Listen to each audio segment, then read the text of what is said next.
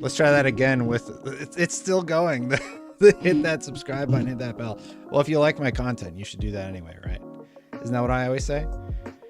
How is it going, chat? I hope everybody's having a good day. I came on, I realized my hair was a disaster. And I was like, I better go fix that a little bit. Thanks to see y'all. It's good to see most of y'all. I had to go fix my hair. My whiteboard fell down. So if you do a super chat, I'm going to try and interact.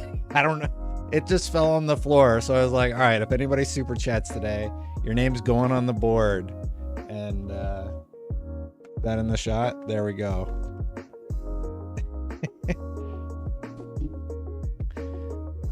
It's always nice of people who hate Xbox to stop by my stream to spread a little negativity. Thanks, Ace Curd. Good to see you, Brett.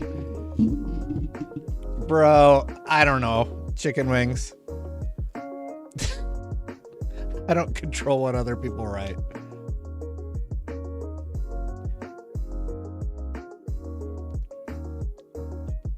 Nor would I want to. All right. We got a lot of news to get through today. Yeah, this one opened twice. It's so important I opened it twice. Let's see here. Jez Corden spilling a little bit of tea. We got the Xbox Handheld news to cover. Yet again, we have more news about that thing that has been in development over at Zenimax Online Studios for years.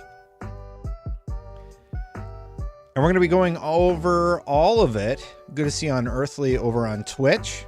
I appreciate y'all stopping by. Yeah, I'm actually live, world-renowned GeoHound. Good to see y'all. Well, thank you, Chicken Wings. I do appreciate that.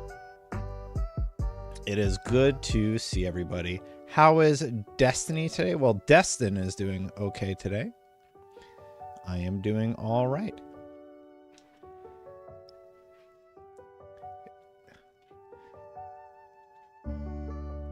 You know, Ace Curd, you could just create another account and not come at people so hot. I don't know.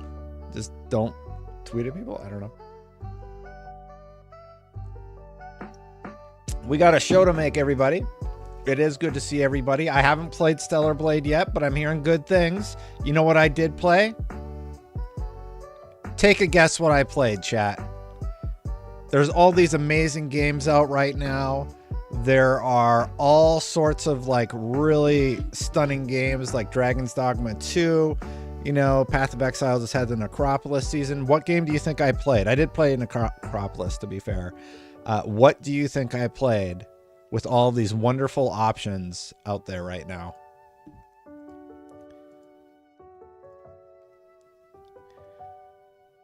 Take a guess. No. I'll give you a hint. It wasn't Overwatch. No. It was Suicide Squad. I played a bunch more Suicide Squad to write up this wiki to tell you how to unlock the Joker. Real quick, I kind of wanted to do a little bit of a rant here about Suicide Squad. I was going to talk about it off the cuff, and I have my wiki here for reference. Over on IGN, if you want to know how to unlock the Joker in Suicide Squad. So I just wanted to say that I put out a preview that a lot of people didn't agree with for Suicide Squad. I tried to say, hey, I think this game is a little bit jank. I don't find the boss fights to be particularly fun, at least the Flash boss fight that I got to experience. The gameplay seemed very repetitive and monotonous. And here we are, the first DLC comes out, and it is a disaster, to put it mildly. The Joker content came out, and you are thrust into the new season. You say, well, do you want to keep playing on the game save that you have now, or would you like to go into episode 1, Fear? and then you start the new episode, and it plays this intro every time you launch the game where the Scarecrow logo comes on the screen. And you get an intro cutscene, which is basically the trailer for the Joker. It's a minute long, and he just kind of talks about how he is not a reliable narrator and such. And that is your introduction to the new season of Suicide Squad. The Meet the Joker trailer is the same thing that you see. So if you've seen the trailer, you have largely seen everything. So it's basically this. And as you can see, it seems like they've already had to cut budget on animation. So this is what was delivered. Look, say what you will about the animation quality. This would not have been expensive for me to find an animator to make. So, like, I don't know what to say, but it seems like their budget got cut substantially. I don't know how much this costs like a professional developer, but like what, 10 grand? I don't know. I don't want to even put a guess out there, but if they pay more than 10 grand for this intro, I'd be shocked. I would be shocked, right? So their concurrence jumped up to 2,900, at least on Steam. So you have to assume that means largely they had a large player base. And a lot of people were probably excited to try out the Joker. Well, unfortunately, when you start the season, the only way you can unlock the Joker immediately is by paying for him. And when you pay for him, he goes to the Hall of Justice, and he's just sort of sitting there chilling for you. You have to swap out one of your main characters and swap in the Joker in order to get started with the gameplay. And it's very, very strange, to say the least. It's a very strange implementation. When you start a new season, the fun should have been unlocking the character, not grinding to level 35. And this bizarre thing is, you do not get to play this Joker when you start the new season. You get to play old events that you have already done. For some people are saying you can do it in 30 minutes. It took me about 2 to 3 hours, somewhere in there, because once you do all the +2s for like an hour, those aren't +2s anymore. So the most efficient way to level up that season is to do like a 3-minute event. You can do the math, 3 minutes times, whatever it takes to get to level 35. And then once you grind out the same mission, basically, because that's the best way to do it, for 2 or 3 hours, or old missions, some old missions sprinkled in there, you are able to go fight Brainiac. I have the boss fight footage I captured up here for IGN. You're able to go fight Brainiac, and he is a copy of Green Lantern, as we all expected. So here is the Green Lantern Brainiac boss fight, where you basically whittle him down the same way you whittled down Green Lantern. And he reminds you that there's 13 of him. We've killed 2, so 11 are left, I guess. There is no way that this model succeeds. So anyway, you go do the 15-minute boss fight against him, and then you unlock the Joker, and a cutscene plays. I'll just jump forward to that beat. So you beat him, and then Joker's saved, and then there's a cutscene that plays where the Joker is introduced to the other characters in the squad, and he has a little bit of a spiel. You can go watch it over on IGN right now. And that is it. So no access to the Joker unless you pay $10 for him in the store. Even if you do that, you don't really get any more story implementation. There is a grind for some new weapons that you can collect if you like. Once you unlock him, you get one story cutscene, and that is it. And then apparently there's going to be more stuff maybe next week in the form of a stronghold, but they're saying something was already added to the game that nobody has really experienced, and everybody was super confused about this. It is one of the worst implementations of a season I've ever seen. There's no dial. There's an intro dialogue over the comms where Waller kind of talks to you and tells you to go get the Joker. And to do that, you have to grind to level 35 on this new seasonal pass. And that's confusing because you have the battle pass that you're leveling up. You have your world rank, and then you have the fear season rank or whatever, and then you unlock the Joker and you have to do his ranks, and it's not really well explained in the game. And you got to remember, Rocksteady was like talking about how they have this huge support plan for the game, and I'm opening with this just as people are coming in so that I could put it out as a vlog, because it's a video I wanted to make. It is just terrible. It is absolutely terrible implementation. Everybody is roasting it. I did point out, though, there was a noticeable jump in players, because they were down to like 60 players at one point.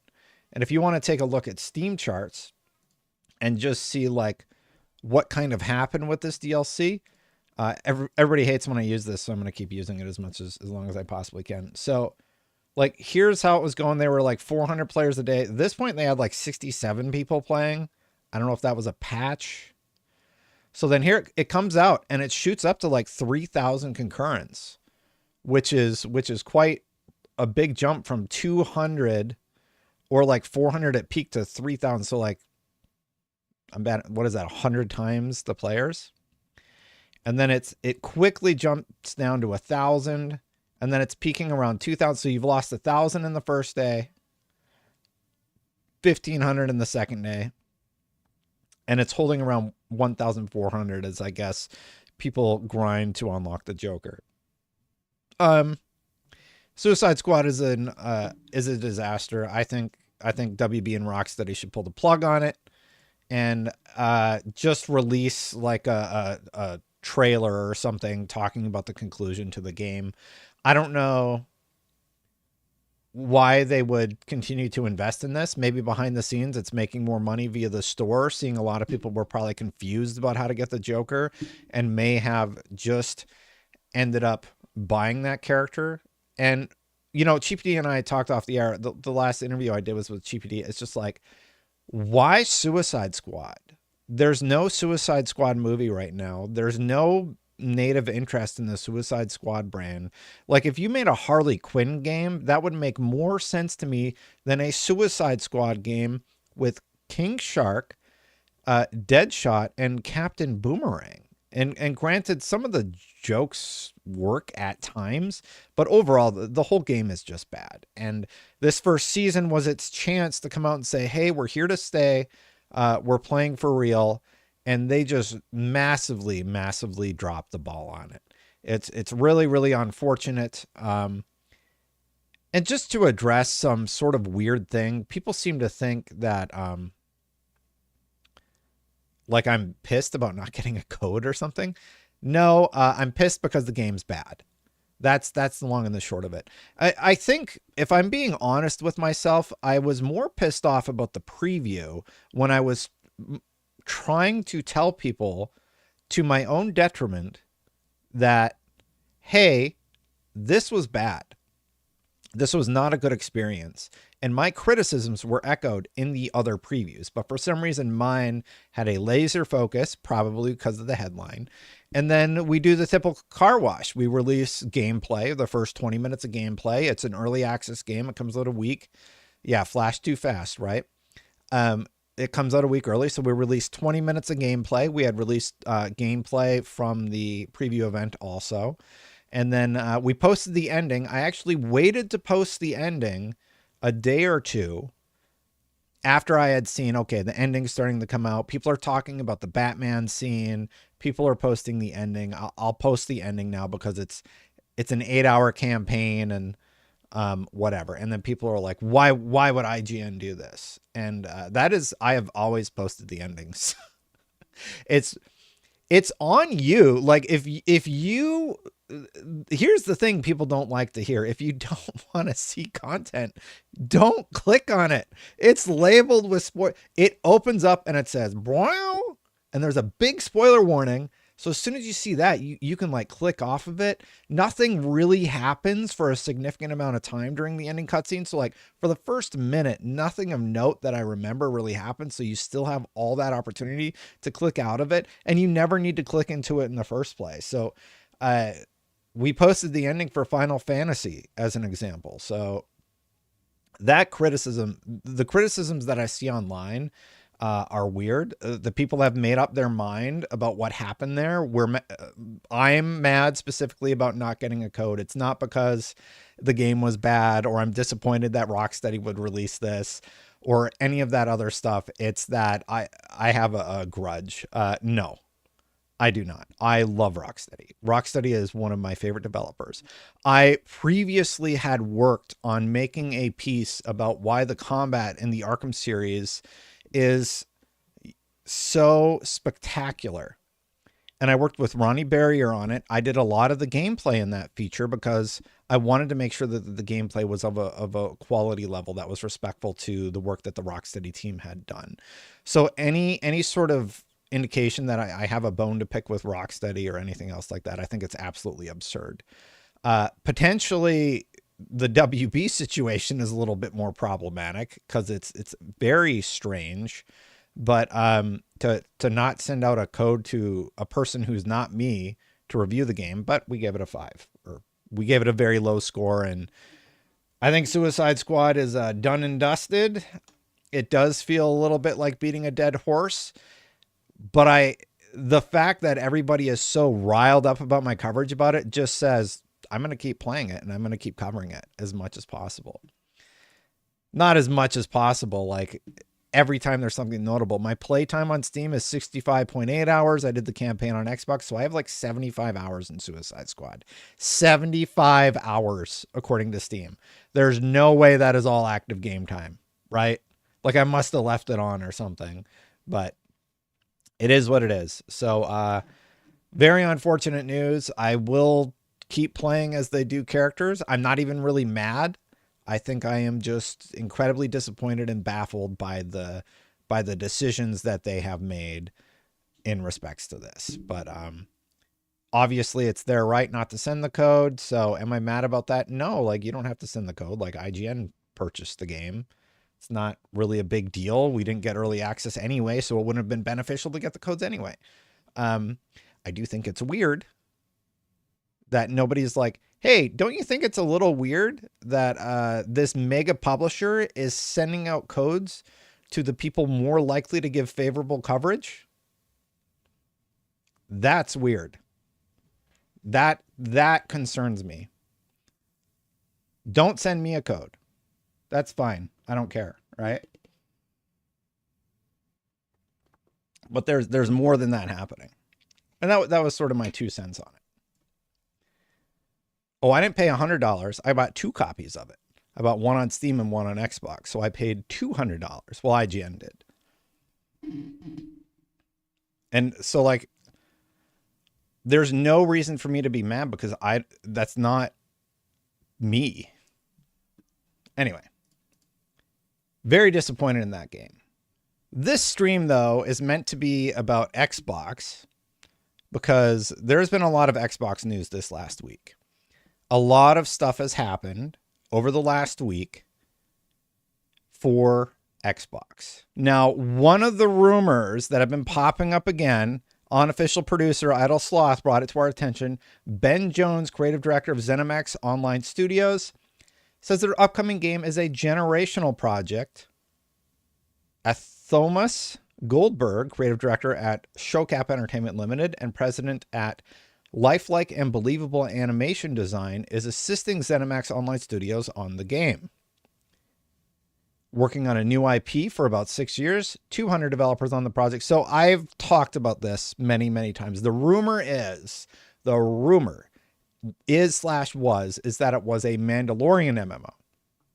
Here's what I have collected over the years for this one. ZeniMax Online Studios creative director Ben Jones has been talking about it a lot. I've had these notes for like a year. Nothing's really changed. It's been in dev for 4 years in 2022, meaning it's still 5 or 6 years, approaching 7 years of development. They have to be revealing something for this soon.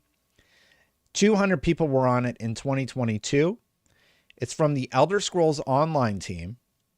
It's an all-new IP, and the job description read as follows. Zenimax Online Studios is seeking a lead quest designer to join our studio for the development of our next AAA game. There is a chance to join an experienced group of developers in pre-production for a new IP. This role will collaborate with the lead content designer, lead narrative designer, design leads, and lead environment artists to drive quest content. A developer in this role serves as a key part of the content direction for a new IP and will help drive a holistic approach to quest development that includes gameplay moments, combat encounter design, and scripting. So let's bring that back up for a second. So environment designer, like whatever quest designs. The idea is that it's an MMO, right? So this is about an Xbox game that is being developed. It's been in development for nearing 7 years at this point. And the new IP part means it's likely not Mandalorian, but the rumors that have been discussed were that it was Mandalorian. So Aries, good pointing that out. This most recent post, though, from Ben Jones, still talking about this same thing that's being created. Very rare opportunity to work on a brand new animation pipeline toolset. Come build with one of the best teams in the business, including Athmos. I got to be saying that wrong, right? Athmos Goldberg on a generational project. I don't know what that means. I don't know what generational means. Like, is it like a cross-generational thing? Very interested in this project, though. But that was one of the newer big Xbox stories of the day. We're going to get to the handheld stuff, I promise. Thanks, Ace. Oh, we got our first comment from FBI agent. And it's a negative one. Xbox lacks excitement and direction. Phil has to go. Okay. I don't know. I don't agree with that, but FBI agent gets his name on the board with $2. There you go, buddy. I don't agree with the idea that, the idea that this is all like Phil Spencer or something like that. I think it's a product of the moment. A lot of people are salty about Phil, and yeah.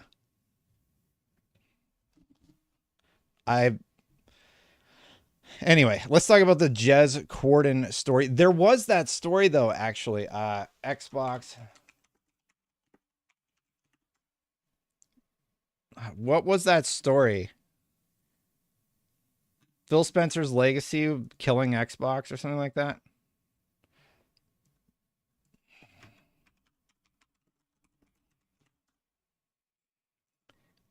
What was the story? Y'all know what I'm talking about, right? A. Thomas. Okay. A Thomas. There was an opinion piece that Phil Spencer's legacy is going to be the guy who killed Xbox.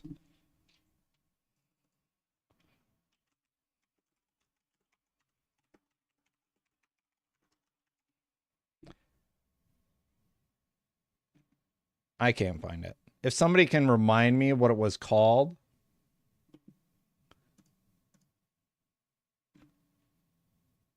Oh, here it is. I found it.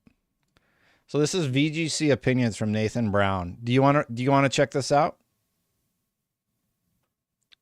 No, you're not entered into a, I don't know, my board fell down and I was like, well, I've seen people put names on a board. You're on a list now, FBI agent. That's why. No, I don't know. I was just trying something different. If it's dumb, I'll stop doing it. Clearly nobody cares because you're the only super chat of the day, but I do appreciate it very much. Phil Spencer, long cast as Xbox savior, may be remembered as the man who killed it. Hit points. Now that all his big bets have failed, Spencer is turning to corrective measures from Nathan Brown. All of his big bets have failed. I'm not sure what that means. So He wasn't responsible for the Xbox One launch. I would say the Xbox One X was successful. It definitely was a more powerful box. There were some great looking games on it. Once it was out there and people were playing it, it did have a noticeable impact on performance. It was much better than the PlayStation 4 Pro at the time. And it's one of the first videos I did on this channel, actually. I did the unboxing of the Xbox One X in my old apartment. And I was pretty hyped about it. So I was pretty happy with it at that time. And it was at that time when Game Pass was starting to become a thing, and they had games like the original Mass Effect was part of Game Pass via the EA collaboration, and they had some enhancements that were made to old games even at that time, including the original Mass Effect, that made it function better than it did previously. And they've continued to support a lot of old games. Like if you pop in Fallout 3, there's a ton of upscaling going on there that just looks excellent. And then the Xbox Series X, it is a great piece of hardware. They had a whole year miss in terms of releases. This is one of their strongest years out the gate. Halo Infinite came out and it's done well, but it hasn't, captured the audience in the way that I think anybody had hoped, especially Halo fans like myself. I have 500 hours in Halo Infinite. I played a lot. I played all the seasons. I've been playing a lot right now because it's actually in a really good place right now, but it could be too little too late. But let's hear from Nathan Brown, continuing on about how he feels it's not like working out. Hit Points is a free newsletter from former Edge editor Nathan Brown, delivering insight and commentary on the games industry. Below is a piece syndicated from Hit Points, but if you want to, you should head over and subscribe to the newsletter. Okay, so check out Hit Points if you're into stuff like this. Phil Spencer spoke to the press at GDC last week, offering some context/spin on Microsoft's recent maneuvers, while dropping a few now customary hints about the Xbox division's future plans. I take one issue with this. I am no longer sure Xbox has much of a future to speak of. Moreover, I think Phil Spencer, for so long cast as Xbox savior, may ultimately be remembered as the man who killed it. Speaking to Polygon, which has chopped the interview up into multiple pieces in the classic early 2010 style, Spencer lamented that the games industry simply isn't growing enough, explaining that all of Microsoft's recent moves, the acquisition, Blizzard concessions. Is that supposed to say Activision? Anyway, the decision to take Xbox exclusive to PlayStation 5 and our Switch, the layoffs have been designed to counter his unavoidable, irrefutable truth. Without new customers, Spencer says, everybody else's customers is your success state. You can't succeed unless you draw in customers from other publishers and other platforms. And because you're not finding new customers with the games that you're building, everybody's kind of fighting over the same size pie. This is really interesting insight from, who is this? Nathan Brown. I find it odd that he was critical. This one threw me off a little bit just reading it, but it sounds like he was critical of Polygon for breaking up the interview. Like there were different topics and I thought it was good. Real quick though, just a few super chats here. Godshell says, I know a couple Nintendo fans who are excited about the Xbox handheld rumor. Also, WoW needs to go to Xbox. Keep it positive, Destin. Cheers, buddy. Thanks, Gold. I'll put you down on the board. Gold. 5. Thanks, buddy. I got to stop calling people buddy. As I say that to my son all the time. I mean it with care. And then Marco says, Xbox is dead. Here are $10. The PlayStation 5 is like right here, just off frame. And it always has been since I got it. Well, thank you. I'll put that towards Stellar Blade, Marcos. Marcos with the 10. Sorry, Gold, for the other super chat. Well, then $20 for us. All right. Well, thank you, Marcos. And $9.99. I appreciate it very much. What about the Xbox handheld? How about I save it for the Xbox handheld? We'll get it because I have the Steam Deck right here too. You get a lot of toys. Like I need a lot of the toys to do my job. So, yeah. All right. So continuing on, I thought that was a little weird from Nathan that he's like criticizing that it was broken up and that Xbox made concessions.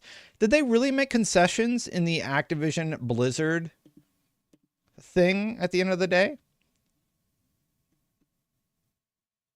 Anyway, let's continue on because he's getting to his point, but I don't feel like he's made it yet. When you have an industry that is projected to be smaller next year in terms of players and dollars, and you get a lot of publicly traded companies that are in the industry that have to show their investors growth, because why else does somebody own a share of someone's stock if it's not going to grow? The side of the business that then gets scrutinized is the cost side, because if you're not going to grow the revenue side, then the cost side becomes challenged. Now, look, Spencer is right to a degree. And if this were coming from a punter, a rank and file developer at a random game studio, or a mostly successful newsletter idiot, it would be fair comment. But Phil, mate, I'm sorry to point this out to you, but you're the head of Xbox. I'm not sure you get to pin all this on the macroeconomic this and that, you know. You have had, I think it's fair to say, a degree of agency in all of this. Indeed, there are maybe half a dozen people with the power to actually change the shape of the games industry. And for the last 10 years, you have been one of them. I do not see much point in dwelling on how we got here because I think it is quite obvious to us all what's gone wrong. All of Spencer's big bets, the pivot to subscriptions, the variable hardware SKUs, the spending spree of studio acquisitions were contingent on Xbox not just being, to borrow the Xbox tagline, the best place to play, but the best place to play the best games. If there's one lesson we can take from the Spencer era, it's that you can act all the disruptive change you like, but you cannot disprove the industry's oldest truth. Great games sell consoles. $100 billion later, Xbox still doesn't have them. If anything, I would argue its first-party output has got worse since the shopping spree began, and its struggles are, as such, no surprise at all. I gotta be honest, y'all. I don't think Nathan said anything too crazy in his introductory statements. I do think Xbox needs to get on the right track with their game releases. And it's taken them a long time to get there. Sea of Thieves is very successful, though. Grounded is very successful, though. Halo Infinite has continued to do well, even though a lot of people have written that game off. I think if you're continuing to write that game off, I think you're incorrect. But just to be respectful about it. And I don't think that he's failed. For all of his failures, according to most people, everything that he has done has been about the player. We have more access to more games at a lower price point. They have utilized their Game Pass growth to sort of force PlayStation to make positive changes for their player base. Their cross-generational strategy, I believe, has been very positive for the consumer. So I think he's done a lot of good for the industry, even being in third place, because when Xbox shakes things up a little bit, it makes Sony PlayStation take notice because they need to have an answer to what Xbox does. And that's why Xbox is so important to the overall ecosystem of gaming. Even Nintendo has gotten in on the subscription market because of what Xbox has done and what PlayStation has done. Like, these decisions that he has made have forced the other companies to take a look at where their shortcomings were and improve them. So I would argue he's done a lot of good, even from the third place market. And I think he's on the precipice of making massive sweeping changes to the Xbox brand for the better. Got some super chats here from Ice Cold Cabbage. I don't know if you remember, but I called Steam on Xbox in your chat months ago. Love the streams, bud. I do appreciate you very much, Ice Cold Cabbage. That is great. I think Steam on Xbox is great. We're going to put ice here for $4.99. Thanks, buddy. I did it again. Just know I mean it. Mean it caringly. Thank you, Aries, for becoming a member. I see that. Console wars are dead. People play on the go more and more. Look at Switch. Handheld is where it's at. People don't care how they play or what system. He's absolutely right. Aries is absolutely correct in that assumption, and I do agree with him. Absolutely. Let's look at Xbox game releases in 2023. Every game released in 2023. Kenneth says, you think ABK deal was for gamers? What a delusional take. Wait until all those games come to Game Pass. I'm saying it will have a positive impact for gamers in the long run. All those Bethesda games are now available on Game Pass. It's a lower barrier to entry. It's for profit, make no mistake, but the overall situation that's going to happen because of it, in my opinion, is that gamers are going to have more options in terms of where they play or where they spend their money. So that was from Kenneth for £5. Well, thank you for the £5. Agree to disagree on that one. Do you like the board thing? I don't know if chat likes the board thing or if it's dumb. Let me know. So that's sort of my take on the situation. I do think there have been positives.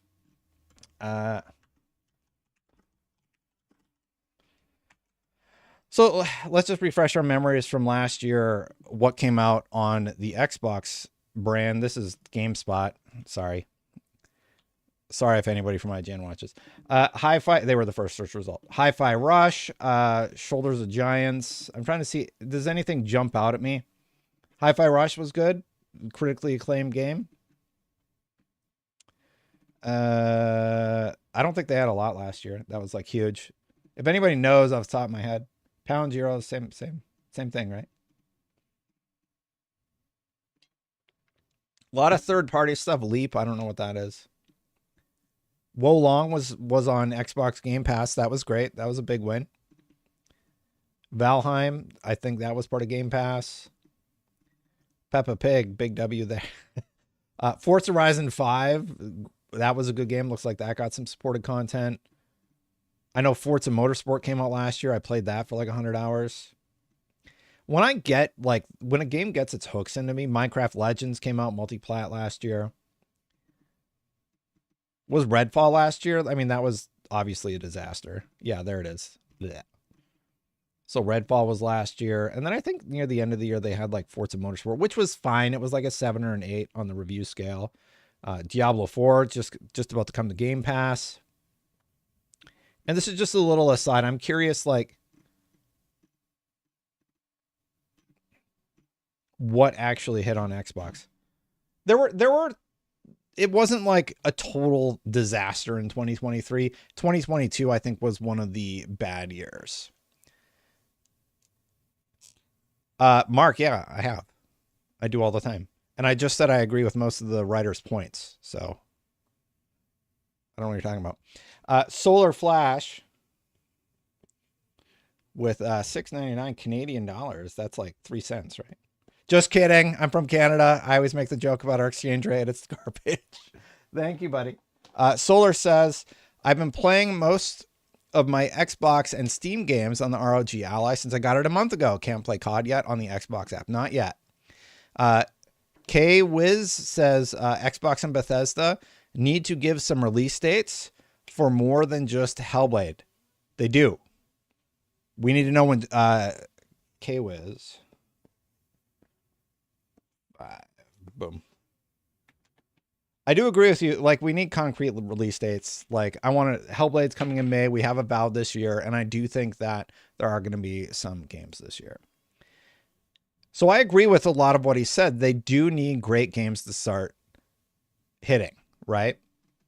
Chat is like really fanboy today. I don't know. We're just having a conversation and they're like, why don't you ever criticize Xbox? Bro, like, clearly you don't watch the channel.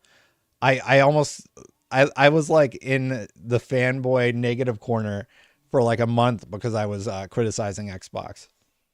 Anyway, here we go.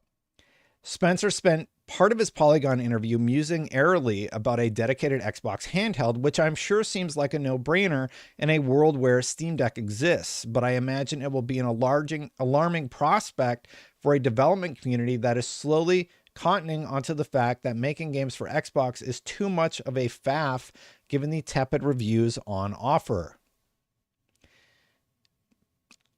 I mean, if they're releasing it on the Steam Deck, I don't know why it would be problematic to release it on an Xbox handheld, because Steam Deck independently verifies that those games run well enough. I believe that's how the verification process works.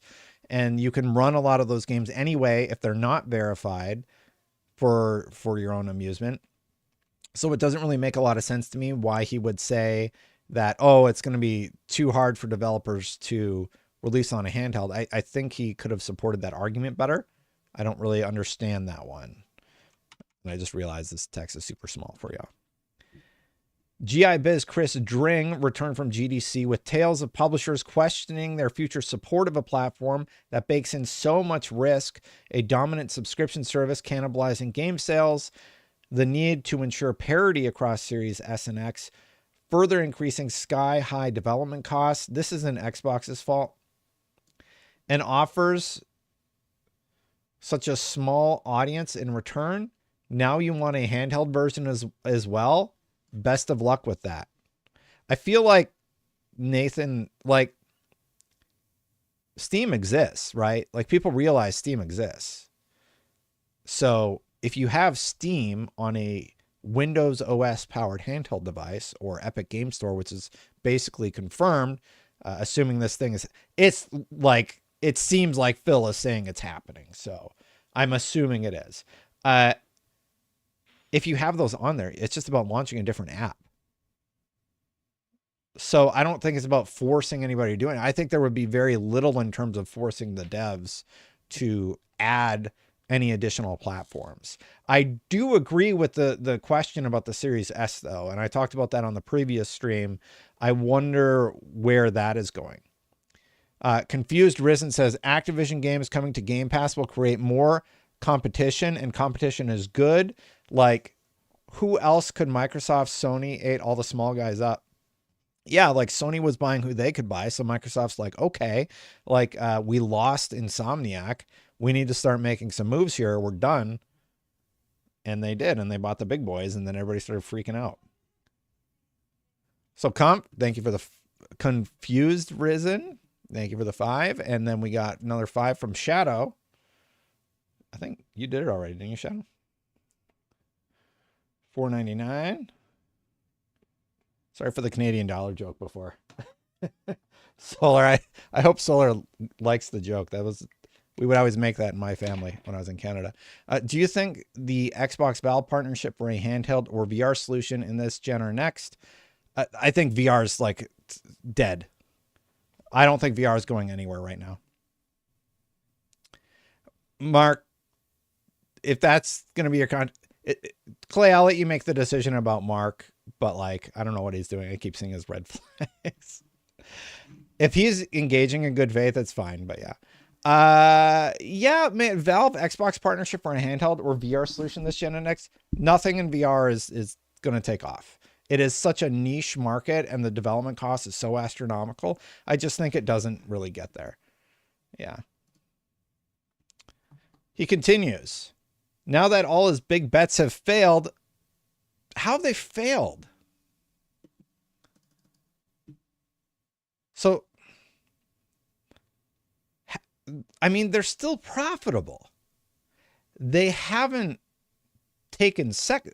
Basically, it's Xbox and PlayStation. Those are the two that are competing. We know Nintendo's in there. No one's going to touch Nintendo. PlayStation's not coming anywhere near Nintendo in the next few years. So, yeah. I don't know that we can say they failed, but I'll go with Nathan on it, I guess. Now that all his big bets have failed, Spencer is turning to corrective measures, short-term fixes that might juice the numbers in the next couple of P&Ls, but seem destined to further weaken the Xbox ecosystem down the line. Bringing the likes of the Epic Game Store and itch.io to Xbox consoles would confuse the value proposition, give users more way to give money to people that aren't Microsoft, and do nothing to transform Xbox's fortunes. That is a good point. That will be a little bit of money for Xbox, but it will give people more options on this new Xbox platform being pitched, meaning that money is going to go to Epic Game Store. It's going to go to itch.io. Hopefully, I didn't see the Steam was confirmed. If somebody saw that, just let me know in chat really quick. But he does make a good point there. I do think that there has to be a concern about the revenue share with Steam, the revenue share with Epic Game Store. How is that going to work? Epic Game Store hasn't been a huge success to date. They're trying to get people to launch there first because then you don't have to pay your development costs.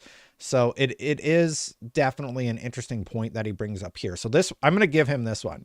I think this is a good thing to highlight. I don't think that Xbox has failed. When they're dead, then they failed. Until then, I just see good value propositions for customers. And I don't really care if Xbox like is having trouble making $1 billion, like if they only make 100 million instead of $1 billion, at least they're profitable and gamers seem to be getting mostly good things out of the situation, right? Got a super chat here to address really quick. Do you see Microsoft releasing a handheld and partnering with a major carrier to release a free or reduced cost system bundled with the Game Pass on the network? I think they're making their own thing based on the Jez Corden rumors. I don't think they're going to partner with anybody. But it would be nice to see the Xbox app on these devices, so to speak. I would love to have my itch library on a console, don't get me wrong, but if Spencer thinks that's going to move the needle in any meaningful way, then I have some magic beans to sell him. And if he thinks that this is a two-way street, the first step on a journey that ends with Game Pass on PlayStation 5, Switch, and Steam, then he has truly lost the plot. The writer says he actually likes the idea. So I think he's coming. He seems to be like, I like everything Xbox has done, but they've failed in their business goals of making a ton of money, right? And I think that's what he's getting at. But even he admits that he likes this idea of having his itch library on a console. So if even this extremely negative article is saying they're on to something, then that seems like they're on to something to me. I don't know. Aries, thank you for the 5. I forgot to write down your name. 5. The whiteboard. I'm just going to have to start writing over the old names. Shadow, have you tried Quest 3? No. I have the Valve one, which was very expensive. Thank you, Shadow. I have not tried the Quest 3. I have heard good things. I don't think VR is bad. I just think I don't think it's going to catch on. Maybe I'm old. Taking former exclusives to rival platforms is yet more short-term thinking. Sure, it may pump the numbers a bit, but each new port is one less reason for a potential new customer to buy an Xbox, and one more reason for Xbox owners to switch sides and abandon the platform for good. Once again, I cannot see a way in which this ends with Xbox as we know it today at least getting stronger. The same argument was made when Xbox started doing day and date on PC. So this is one I actually disagree with a lot.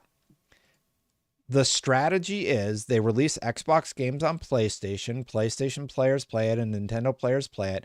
And then when the next device comes out, which is rumored to be a handheld and the most powerful console they've ever made, like they say every time, they will purchase that thing because all those games are available as part of that ecosystem, and it's a way to get them in the door.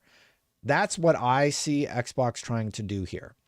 I don't think this has anything to do with the FTC or anything like that. So I disagree with this point. Agreed with some of the stuff he said in the private paragraph, not with this one as much. That is my immediate reaction to it. Like, the same argument could be made for PlayStation. Oh, PlayStation's releasing games on PC now. That's just one less reason to own a PlayStation 5. uh, it's more of an industry problem than anything, right? So games are more expensive than ever to make. Super duper expensive. They need to release on more platforms to be successful. Look at Destiny 2. It had a 45% revenue miss and it's on 3 different platforms. Like, something's out of whack with the budgeting. I don't think that's particularly an Xbox issue. That is an industry issue that should be addressed. So that particular paragraph, I don't necessarily agree with. I think this is a great article, by the way. I love reading stuff like this where somebody like has such a wildly different opinion on what's happening than I do. And I don't feel like it's inflammatory. I don't know what the right thing is. I don't agree with him, but I appreciate that he's actually thought about this and written it out a bit. Let us assume charitably that Sea of Thieves sells 5 million copies at $40 a pop when it launches on PS5 next month. It's still the top selling. It's still one of the top selling games. Still one of the top selling games. Let us even more charitably pretend that means $200 million in revenue for Microsoft, ignoring distribution and marketing, Sony's platform cut, and the cost of making the port in the first place. Last quarter, $200 million would have increased Microsoft's revenue by about 0.3%. That is merely a rounding error for a company of that size. And where the health of its gaming division is concerned, it is little more than a sticking plaster. It's $200 million from a game that has been out for several years. How is that bad? Yes, it's 0.3% of Microsoft's. It's $200 million for a 6-year-old game. Sorry.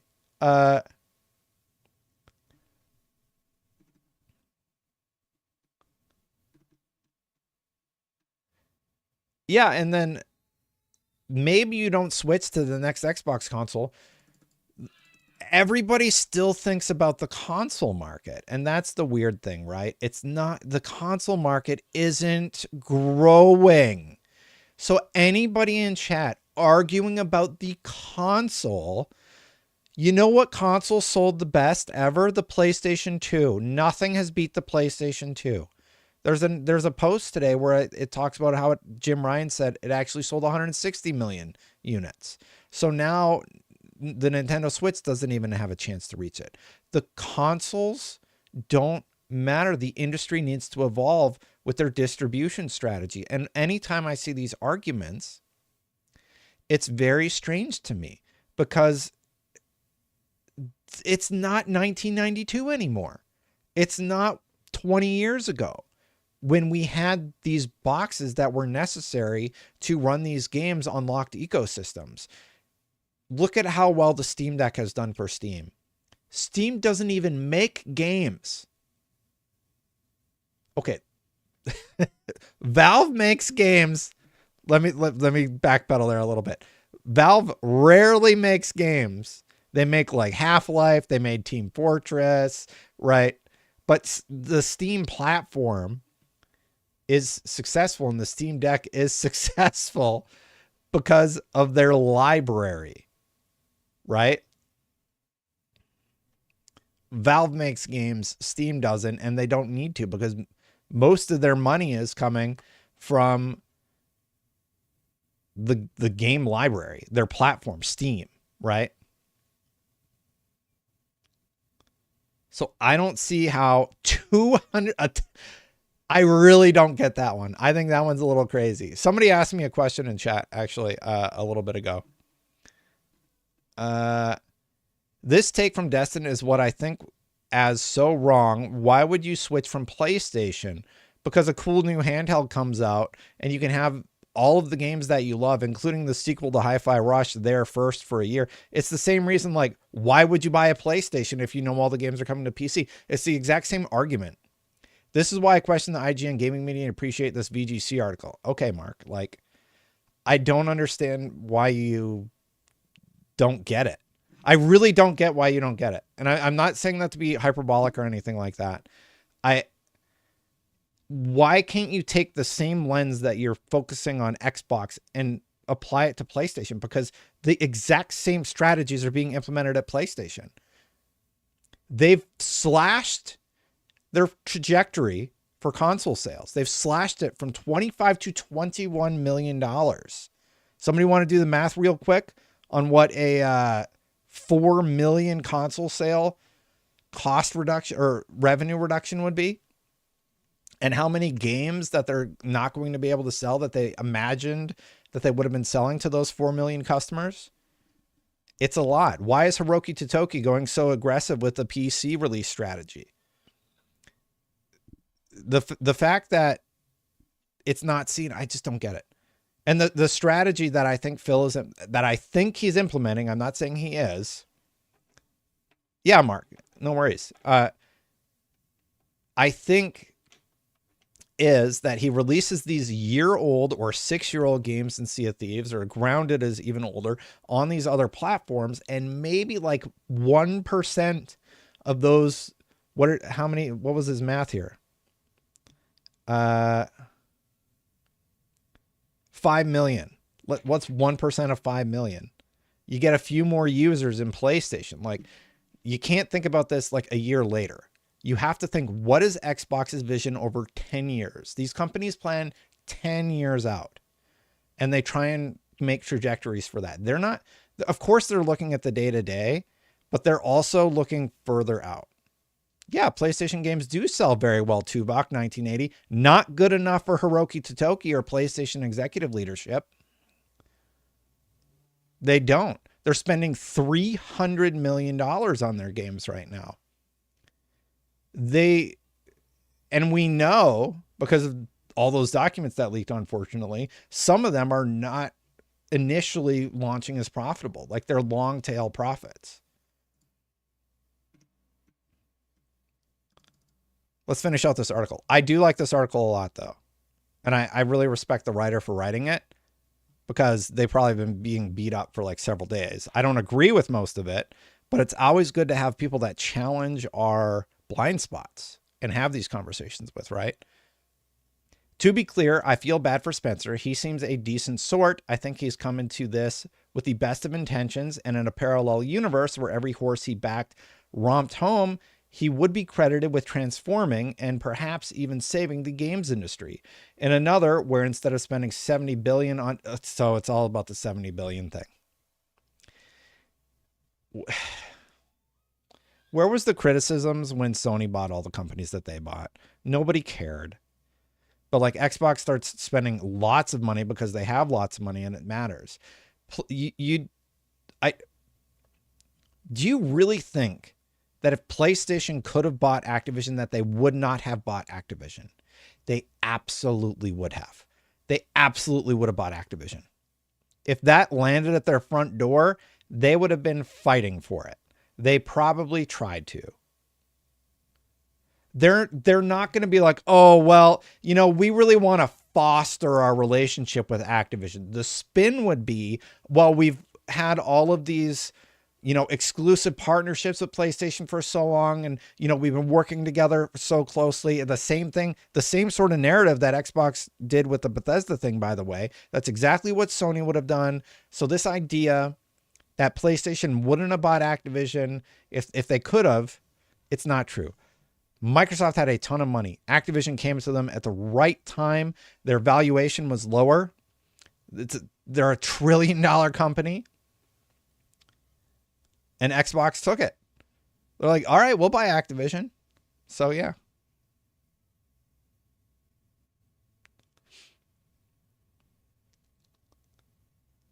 I don't know what you said, SK. I don't know what he said. It was bleeped out. Anyway. In another, where instead of spending $70 billion on Activision Blizzard, he spent it on 230 odd games with the same budget as Spider-Man 2, perhaps Xbox is flying. What's going to happen when the next Call of Duty comes out and all that profit's going to Xbox? That's the thing. Everybody seems to be forgetting about this. That money's going to start coming back in. All the World of Warcraft money is now part of Xbox's money. All the King game money is now Xbox money. All the Bethesda game money, that's all Xbox money now. They did the market projections of these expenditures.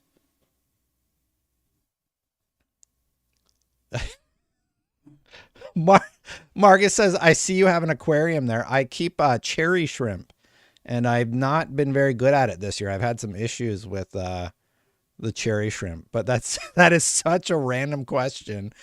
Cherry shrimp and snails, because I was trying to like make a really nice cherry shrimp tank, and the kids really like it, and there's snails in there also. You reported Xbox buying Activision day one, but really who cares? Activision games are turning into milk system. People should avoid them. Perhaps they should, Ace, but they don't. Call of Duty is still one of the number 1 selling franchises in the world. And I think part of the reason that the last Call of Duty was trash was because Bobby Kotick, I'm not going to start doing the Yang Kotick thing. Bobby Kotick, I think, needed to have that release as part of the deal. That's my theory. And I hope that the future ones are a little bit better. And Warzone Mobile came out. I played that. That was pretty fun. Like you're talking about games that make millions of dollars annually, like every single year. So I do think that they make the money back. And I never heard back from Mark, but I would be curious to hear what his thoughts were about my reply. Call of Duty is like top 3 of every region of the world on PlayStation. Absolutely right. Clay, you don't I hope you're not banning people. Yeah, just be careful with the comments. You don't really need to ban people. I don't like to ban people, as you know, but like if they're saying something, racist, obviously ban them. Or just like, you know what to do. You're great. Clay is my only mod, and he is the best. But in our world, he has spent 10 years and gargantuan amounts of money taking Xbox from 3rd place to 3rd place. And that is not the market's fault. It is the writing. If the writing isn't on the wall for Xbox as a whole, then it certainly could be for him. Well, just a timeout? Okay. Well, on that note, I do think Phil is probably getting close to retiring age or wanting to retire. How old is Phil Spencer? He's 56 years old.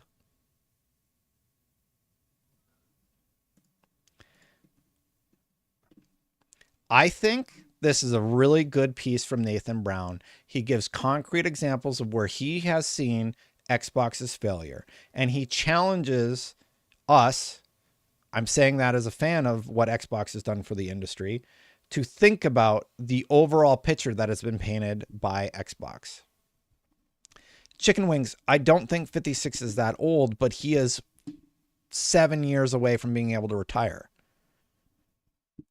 Retirement age in the United States is like 62, usually 65. So 9 years at best. So whatever vision Phil has for the next decade, that could be it for Phil. Here in my mind is what Phil Spencer has done. First of all, Xbox could have already been dead with the Xbox One.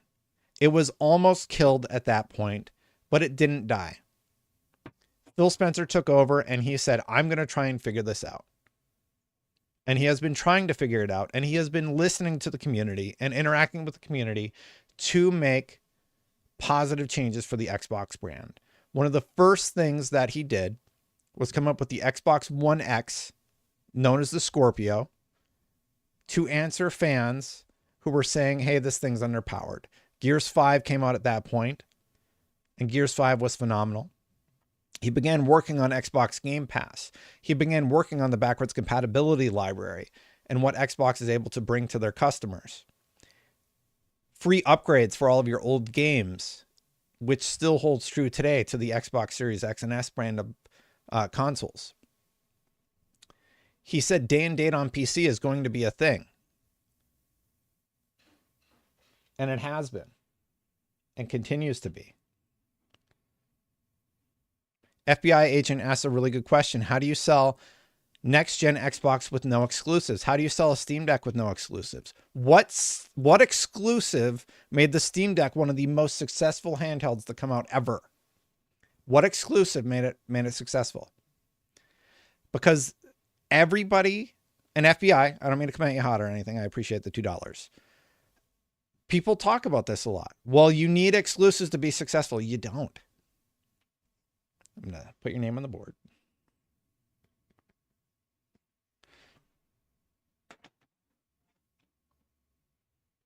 You need exclusives to move consoles. I don't think you do, especially if their next device is a handheld that has other platforms available on it.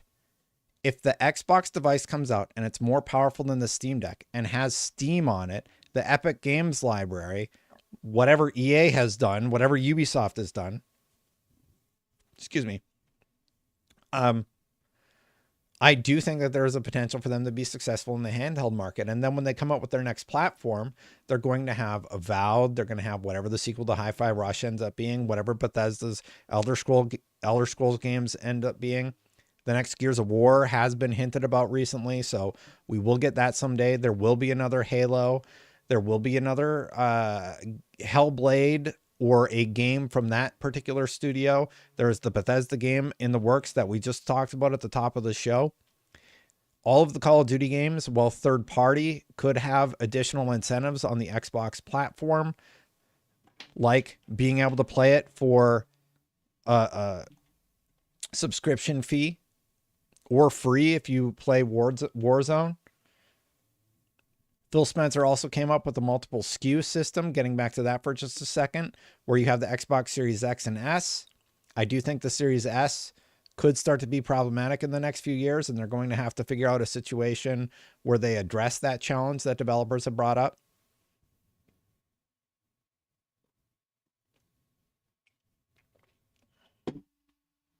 Coffee spilled all over my face.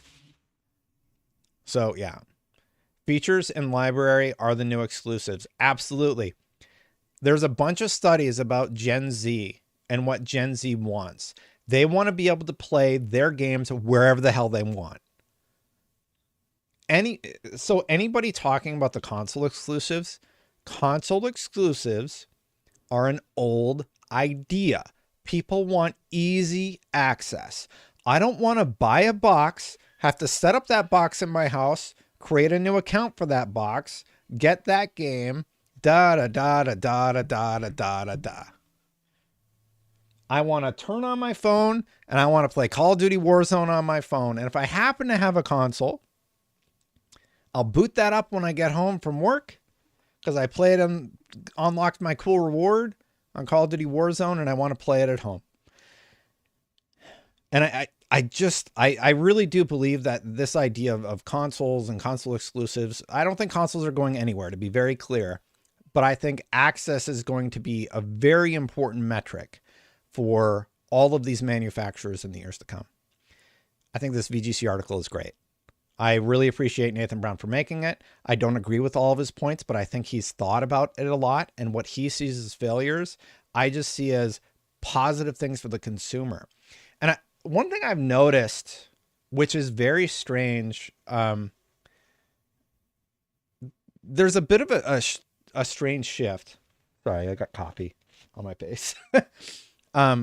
In the industry, there's a big focus on, developers and the strife of developers. And obviously we should all pay attention to that. I'm very concerned about any sort of crunch or how the games that we all love are created. And I like telling those stories, and I've told many of those stories, but there's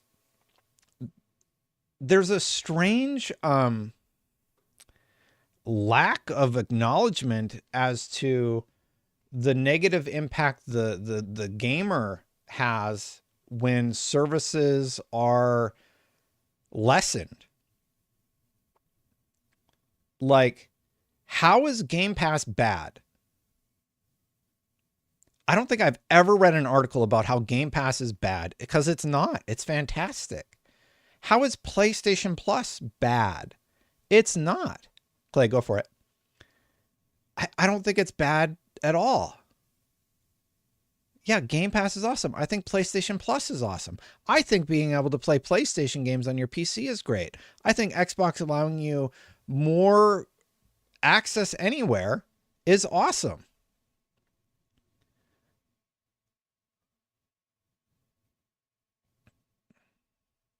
Clay wants to know, once Xbox starts putting more of their games on PlayStation 5, do you think they could launch a Game Pass Lite for PS5 without Sony blocking it? Clay, that might be a longer term play. That is a good point. That's a good point. Yeah, no, and going back to my point, people are like, are people complaining about that? No, you're right. They're not. But like this guy's saying it's a failure. How is it a failure that I have access to all of these games? I don't understand it. It's fantastic. So how is he? If Phil Spencer may have failed on the business side, if failure's like making $200 million from a 6-year-old game, as he talks about, I don't agree with that assessment in the slightest. But if his failure has meant that I have easier access to games, I have more options about where I play my games, and I have a better overall experience with the products that I decide to play on my Xbox platform, I don't see that as failure. I completely disagree with that ideal. Clay brings up a very smart point. So we have 4 games currently on PlayStation. Let's say by the end of next year, there are 10 games. By the end of 2025, there are 10 games on the PlayStation platform. PlayStation still hasn't hit their console sales target, and PlayStation needs to start looking at new rooms for growth. At that point, do you think they would like to have an Xbox Game Pass Lite service on their platform? Phil Spencer talked in the Polygon article about taking the walled garden approach and tearing it down. And I think he's onto something. I think all of the industry is taking a good, long, hard look at how games are expensive to make, at how long they're taking to make, and the return on that massive investment, and starting to say, hey, this doesn't work. This doesn't work. And I think it's going to be a big shift. Speaking of, let's get to some of the other rumors that we've talked. I just went like an hour on just that. Thank you to everybody who left a tip, by the way, and for talking to me about it. Mark, I still never saw your response, but I do appreciate you asking a tough question. Yeah, thanks everybody. I guess the little board thing works. I'll get my son's dry erase colors in blue and stuff next time, so it shows up a little bit better. Jez Corden leaking some leaky fun stuff again. Here we go. Jez Corden has heard that Microsoft had an all-hands meeting recently with Phil Spencer. They discussed what the future of Xbox looks like and discussed the rumors of going third-party. Phil said the decisions we make today are about ensuring Xbox's future, not for years, but for decades to come, and Xbox will be stronger in the years/decades to come.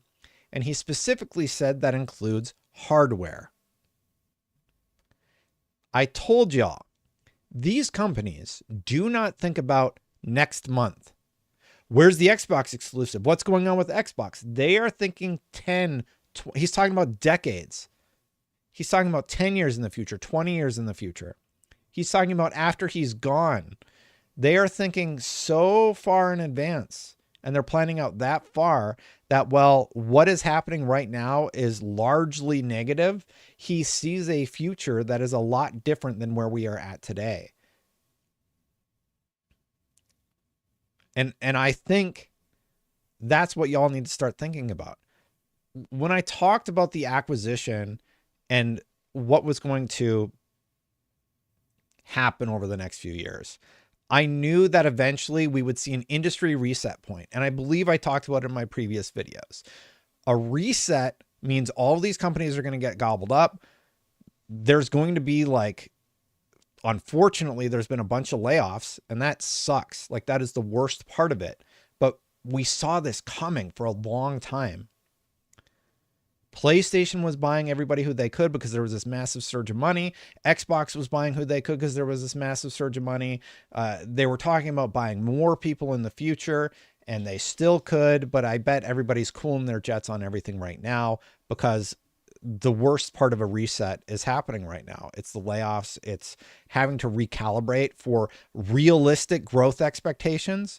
Like, it's not COVID. We're not locked in our houses anymore. People go out and do stuff. Ace says, do you actually care how much money everyone makes? I mean, Pal World was made with $6 million. Big games are just corrupt, and that's why they need a lot of money. I don't know if they're corrupt, but the marketing budgets are insane. Wasn't Diablo's marketing budget $143 million and their game? And let's assume that game costs $300 million to make. You're telling me $143 million of that was the marketing budget? How does Pal World get made for $100 million? How does Baldur's Gate 3? The only metric that we have for Baldur's Gate 3 budget is $100 million. And Baldur's Gate 3 is considered AAA. How is that possible? And then Diablo 4 costs $300 million. Spider-Man 2 costs $300 million. Something is broken. So I agree with you, Ace. Something is off. Something doesn't add up. The math doesn't make sense, like that Bungie report told us. It doesn't make sense. And it includes hardware. A lot of people were concerned about how Xbox isn't going to do hardware in the future. They're not going anywhere with hardware. As long as there is a hardware market, the revenue share that you get from having your own piece of hardware is so great that they would be stupid to stop doing hardware. It would be stupid for any hardware manufacturer to stop doing physical hardware, at least in the immediate future. We would have to see a explosive growth in the cloud market. We would have to see an explosive growth in terms of profitability for these companies for them to just abandon hardware. It's insane. I don't think that's happening. Also, an Xbox higher up recently DM'd Jez saying there's a lot of things that we do wrong at Microsoft, and there's a lot of things I would change, and there are a lot of things that maybe I understand people being worried about. But there's one thing you shouldn't worry about, and that is the commitment to gaming. Phil Spencer's a gamer. He's out there. He plays more than any other CEO. He looks at the industry holistically, and he definitely takes a long, hard look at what they are doing to have a positive impact on the industry. They had the harassment policies that they were trying to, make better. And I think he really, really does care about this stuff. I think he cares more than Hiroki Totoki does. Are there things that I want to see them improve? Absolutely. I want to see them have a killer slate of Xbox ecosystem exclusives. Like, I'm so stoked to see Indie. I hope that's a big hit. I want Hellblade to be a big hit. It has to be consistent. They can't miss ever again. Like, you need 5 years of that to turn the conversation. Sob says, Destin, what do you think about the missed chance of a Helldivers 2-like game for Halo? I don't know what they're doing over there, man. Sob, thank you for the $6. £6. Boom. Thank you, Sob. I was really bummed to hear that. Apparently 343 internally had pitched a Helldivers-like mode for Halo, and it got shot down. And there have been a lot of good ideas, apparently, over the years that have been shot down. There was a lot of expansion in that. I mean, you got to place your bets, right? But I feel like they should have had something like that. We're kind of into it right now, Apple. According to Jez, there has been a disruption in the brand, and part of that disruption is how costs have grown in recent years. Everything has gotten more expensive, and that's why they put Sea of Thieves on the PlayStation. Rare has no cash flow apart from Sea of Thieves, and with expenses going up, especially in the UK, Brexit and COVID, adding another revenue stream to Sea of Thieves is crucial. Microsoft wants each division to stand on its own 2 feet. Every team needs to stand on their own 2 feet eventually. That's really interesting, actually. So it seems like Sea of Thieves needed a little help, but Jez actually clarified. I'll add that the Sea of Thieves part is speculation on my end. Running a live service game has gotten gradually more expensive. Note issues Bungie is having right now, etc. It's logical for Sea of Thieves to go broad to support their studio's future, like how Bethesda has for Fallout 76 and ESO. Been told Rare is very healthy even before PS5. I need to fix my bitrate, Jez says. So apparently Sea of Thieves was always fine. So this, I don't know what to do about that part. And apparently he also talks about Matt Booty. Jez Corden has heard that Matt Booty acknowledged that the multiple platform strategy has stressed but not damaged the brand. Jez is phrasing because it is not a direct source, but something he's heard secondhand. So there has been that narrative about how the band is problematic for Xbox. The two platform strategy is problematic for Xbox, but it seems like it's not that problematic if they're going to do it again. If they're going to continue doing it, right? A lot of people came in here with the idea that Xbox is doomed, or like that they're not doing as hot as we all thought. What do you think now? Do you still think they're in trouble? I'd love to hear your thoughts real quick, because we're gonna go to the Polygon stuff next and talk about that. Brett says, do you think there is a possibility of a streamlined, dedicated Windows gaming OS one day? Talk of Xbox dying is crazy and won't age well. I don't think Xbox is going anywhere, Brett. Thank you for the $5. Oh, Canadian. Oh, Brett. Just kidding. Thank you, Brett. I think they're going to come up with a Windows Lite system for their handheld. That would be my guess. And I think if they have it like a little bit more open where people like me can do what they want with it, I would be very happy with that outcome. Let's just say that.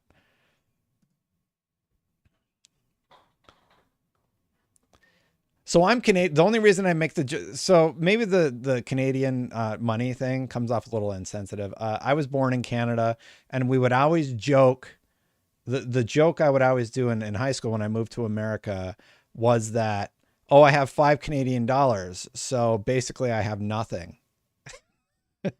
Because the Canadian dollar was worth like nothing for so long. Yeah, I was born in Ontario. And I lived there till I was like 12. It's not like I sent yen or something. Yeah. No, every time you go to the States, it's like, oh, it costs $3,000 to fill up my car in Canadian. You're out in BC? BC. I have relatives out there. My cousin's out there.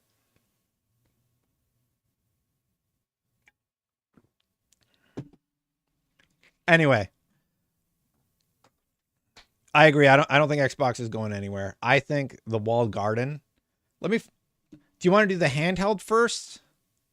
You know, I have this one all highlighted up. So let's do this.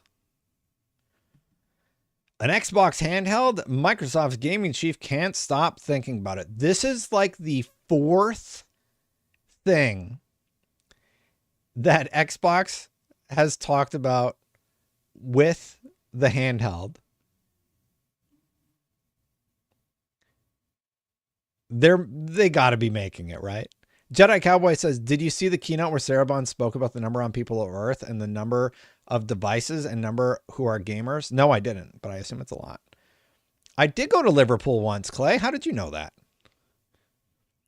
My Liverpool trip was not great. I was having serious health issues. I didn't have health insurance. This was before Obamacare was in place. I was terrified. I found out I needed to have gallbladder surgery. I needed to have it removed because I had to go to the ER like a few nights.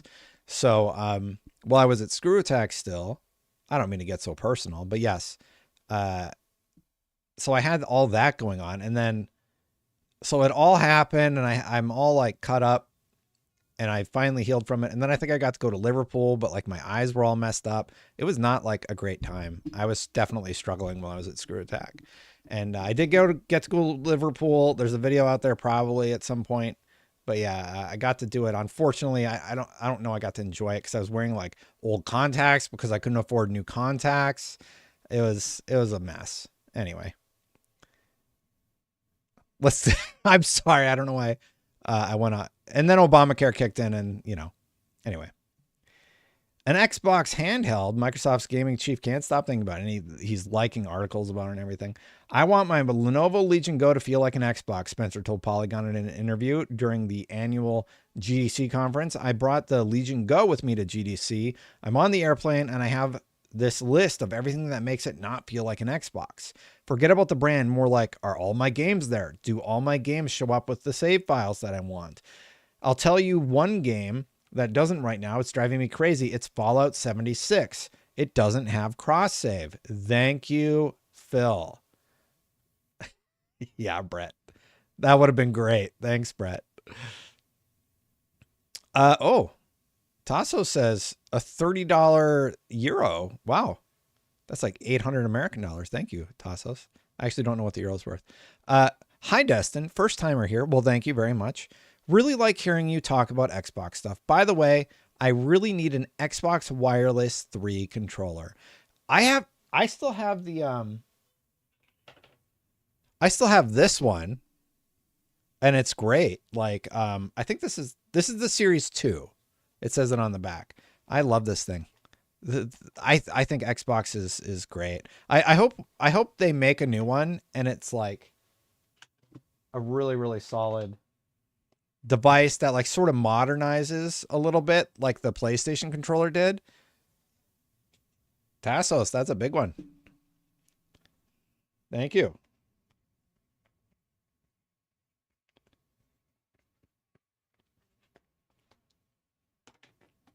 I appreciate it.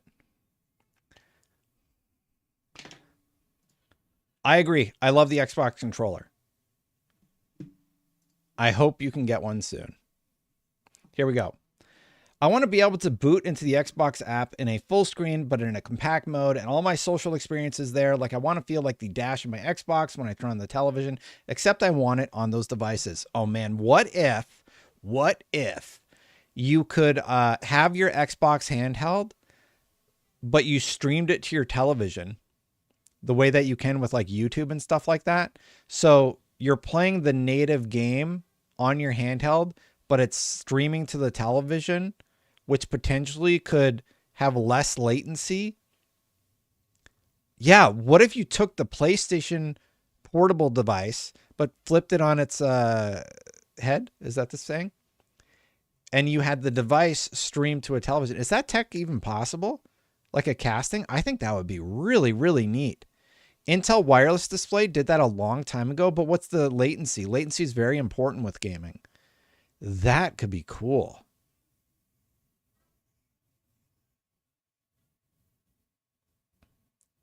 It could be an option. Like if you want perfect latency, NVIDIA Shield. So a lot of people did it. You could also dock it like a Switch. Oh, man.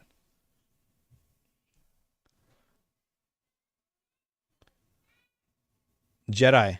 Yeah, they're definitely looking in the future. Bond said currently there are 4 billion. William, welcome as a core supporter. Bond said currently there are 8 billion people, 4 billion with devices, and 2 billion gamers. Next year it will be 9, 5, and 4, respectively. They're definitely looking towards the future. They absolutely are. This is a great video, Destin. Thanks, Slav. Wow, lots of positivity. Thank you so much. And Mark, I saw your comment this time. Sorry I missed the other ones. If they can connect portal device to home device, Xbox wins. That'd be really cool, right?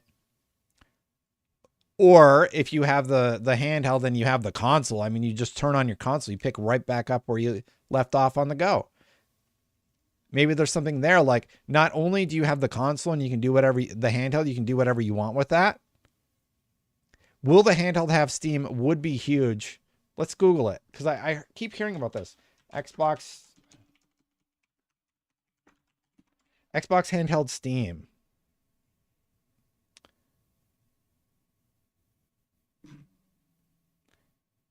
No.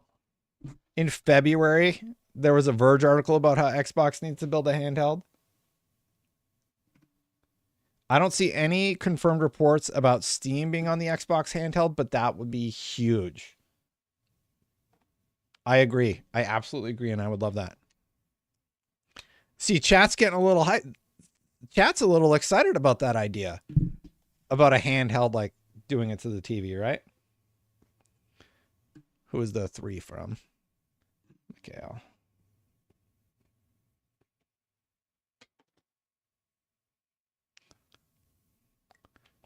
Phil talked about it. I don't think he talked about Steam. He talked about Epic.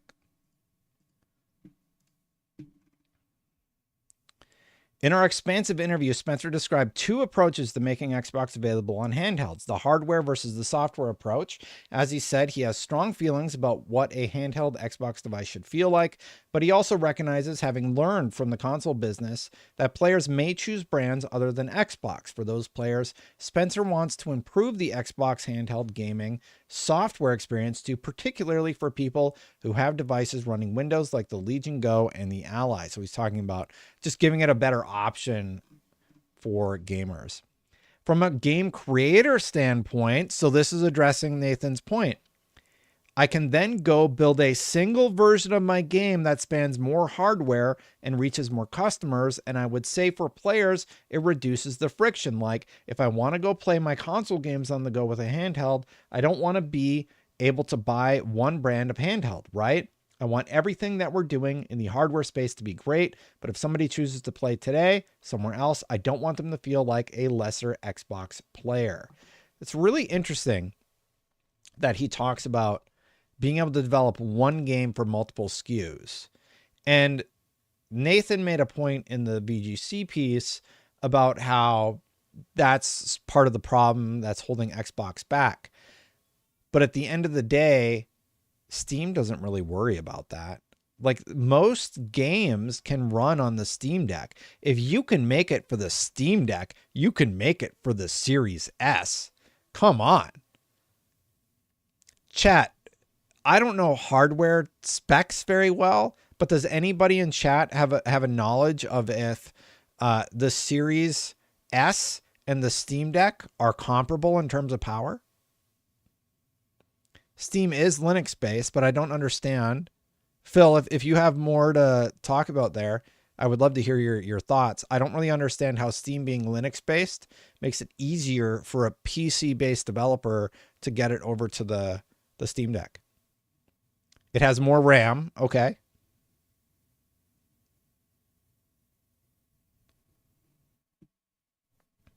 Series S is being held back by RAM, it sounds like.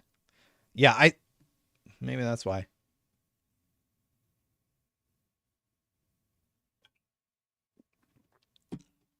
Linux is a boon. It's like helpful. Okay.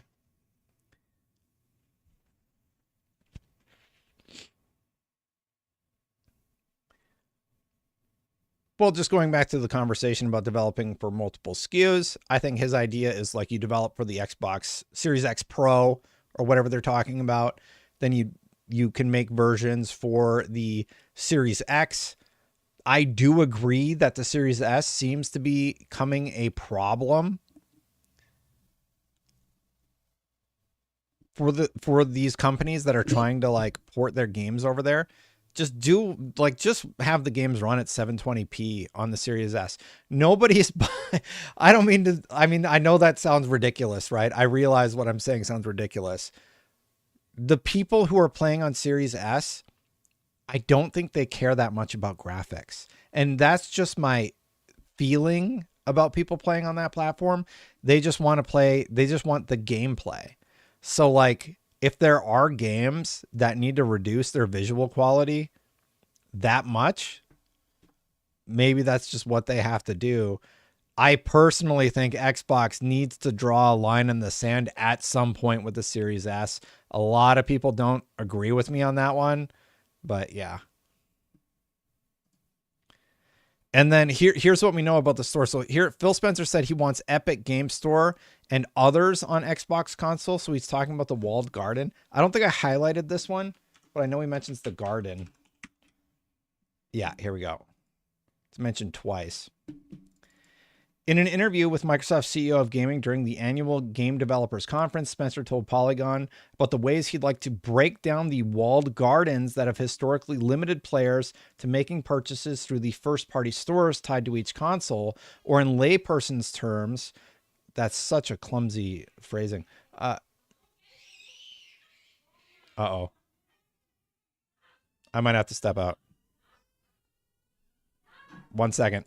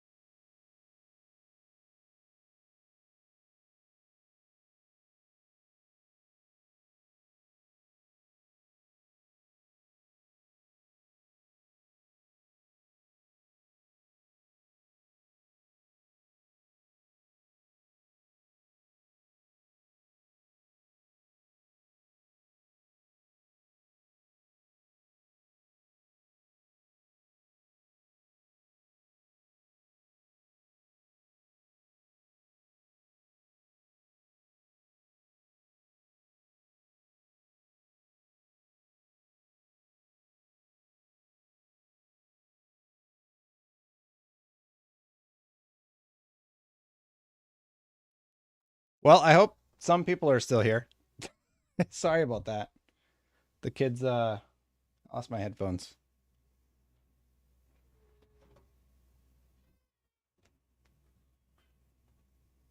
The kids were fighting over a bouncy ball or something. I don't know where my headphones are. I don't remember where I put it. Where was I? I totally lost my train of thought.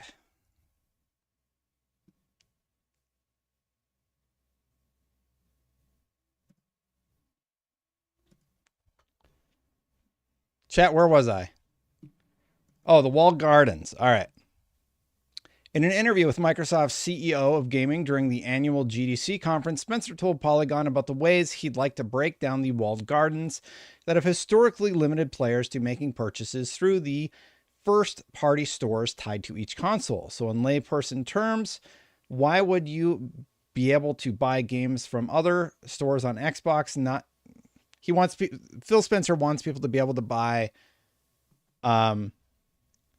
from other stores like a Steam storefront or an Epic Games storefront, and that would be a big win, right? So that would be good.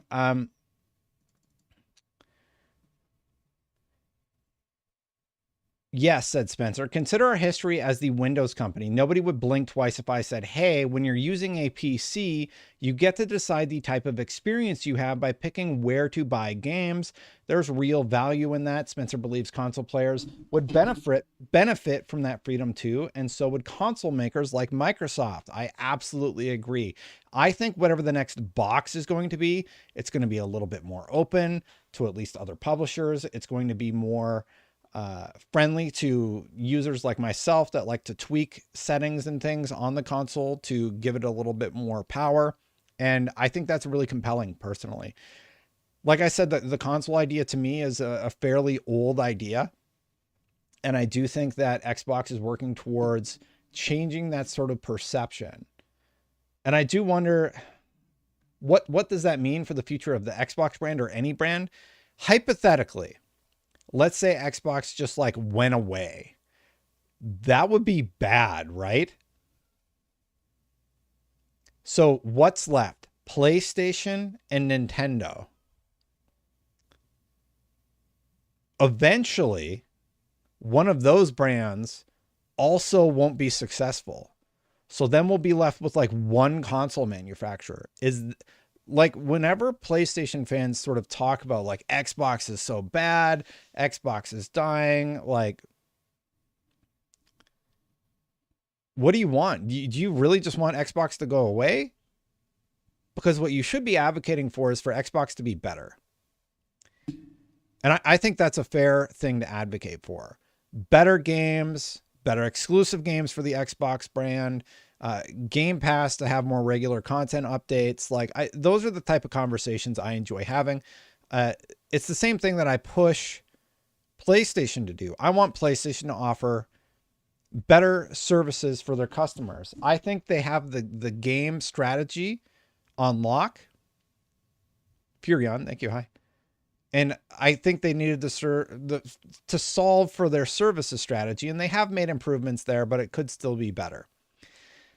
I do question, like, what does the future hold? Like, is this just what we're going to do forever? We're going to have boxes? Because we're already talking about getting rid of the disk drives on everything. And people forget having that third competitor is very, very important because it will push PlayStation to do better. It will push Nintendo to do better. And Nintendo's success is going to push PlayStation to do better. And PlayStation's successes will push Xbox to keep doing better. And I do think we are going to be having a different conversation in 5 years. If Xbox has not seen positive momentum in 5 years, then I don't know anymore. Right? Everybody keeps saying next year's the year or this is the year or whatever. I think they are on a bit of a crunch right now. They need to figure out what their plan is going forward, right? Because now they have all the pieces. They have Bethesda, they have Activision, they have new hardware will be out by that point. It'll be the next Xbox, or the Xbox Series X Pro will have been out. if that's a thing, and the next most powerful hardware will have been out. If they haven't figured out how to be a successful game company by that point, then I do worry about their future plans. Especially when they're talking about missing their Game Pass targets. They're talking about all of these negative things, right? They have everything they need to be successful. I think they need to stop focusing on acquisitions right now. I think everybody needs to stop focusing on acquisitions right now because money is not worth as much right now. It's a very dangerous time to be doing acquisitions. And games need to be the focus again for everybody. I think this focus on like making great games has gotten so strange. What the hell is Suicide Squad? As an example, off the top of my head. How much do you think Suicide Squad cost to make? 300 million at least, right? That's got to be one of the 300 millies. What are they doing? And then Pal World comes out. It's just a fun game. It's fun. That was the Paramount gold star that they were shooting for. Is the gameplay fun? Yes. Diablo 4 came out, and Diablo 4 launched in a great state. I think people were mostly positive about it. There were some unbalanced characters, but people seemed to be having fun with it for the most part. Then the nerfs started. They started nerfing the Barbarian because the Barbarian had some crazy life chunk. Okay, that one's fine. Like that one was pretty broken. Correct, Clay. Yeah. I don't know what that's about, but none of that.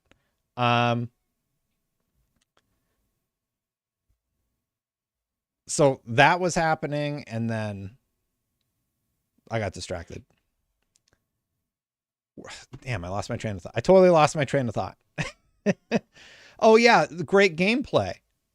So like, what is going on right now? Why is WB releasing Harry Potter, and Harry Potter makes $1 billion, and their decision is to double down on games like Suicide Squad, live service titles? What is happening?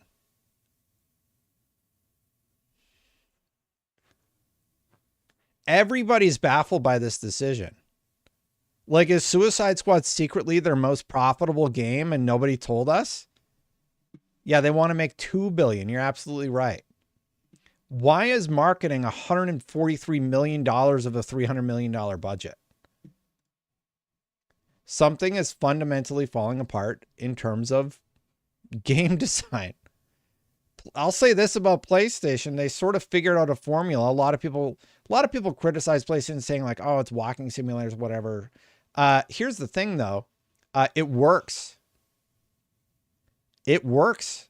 People like those kind of games, and they keep making great games that are like that. That is fine.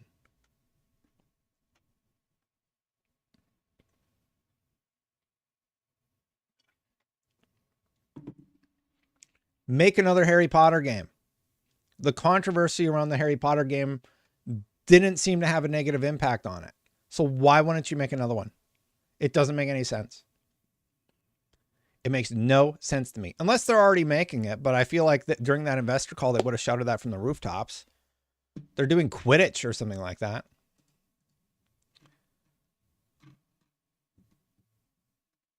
Spencer talked a little bit about the math of making a game. The math on making a game has definitely changed, says Phil Spencer, CEO of gaming at Microsoft. Why? I don't get why it has changed. How did Larian make a game for so much less? These are questions I need to dive into. How did Larian make a game for so much less than Spider-Man? Are marketing budgets out of control? Like, who is spending $300 million on what we're getting? How is that happening? Why is it so impossible for people to make, like, what is happening? No, Kenny, that's not the reason. Obviously, something else is going on. Too many big chiefs. That might be a big reason, Jedi. Or maybe there's this, like, when you sit down, the core tenets of making your game should be to make a great game. That's it. Okay, what kind of game do we want to make? We want to make this. Is this fun?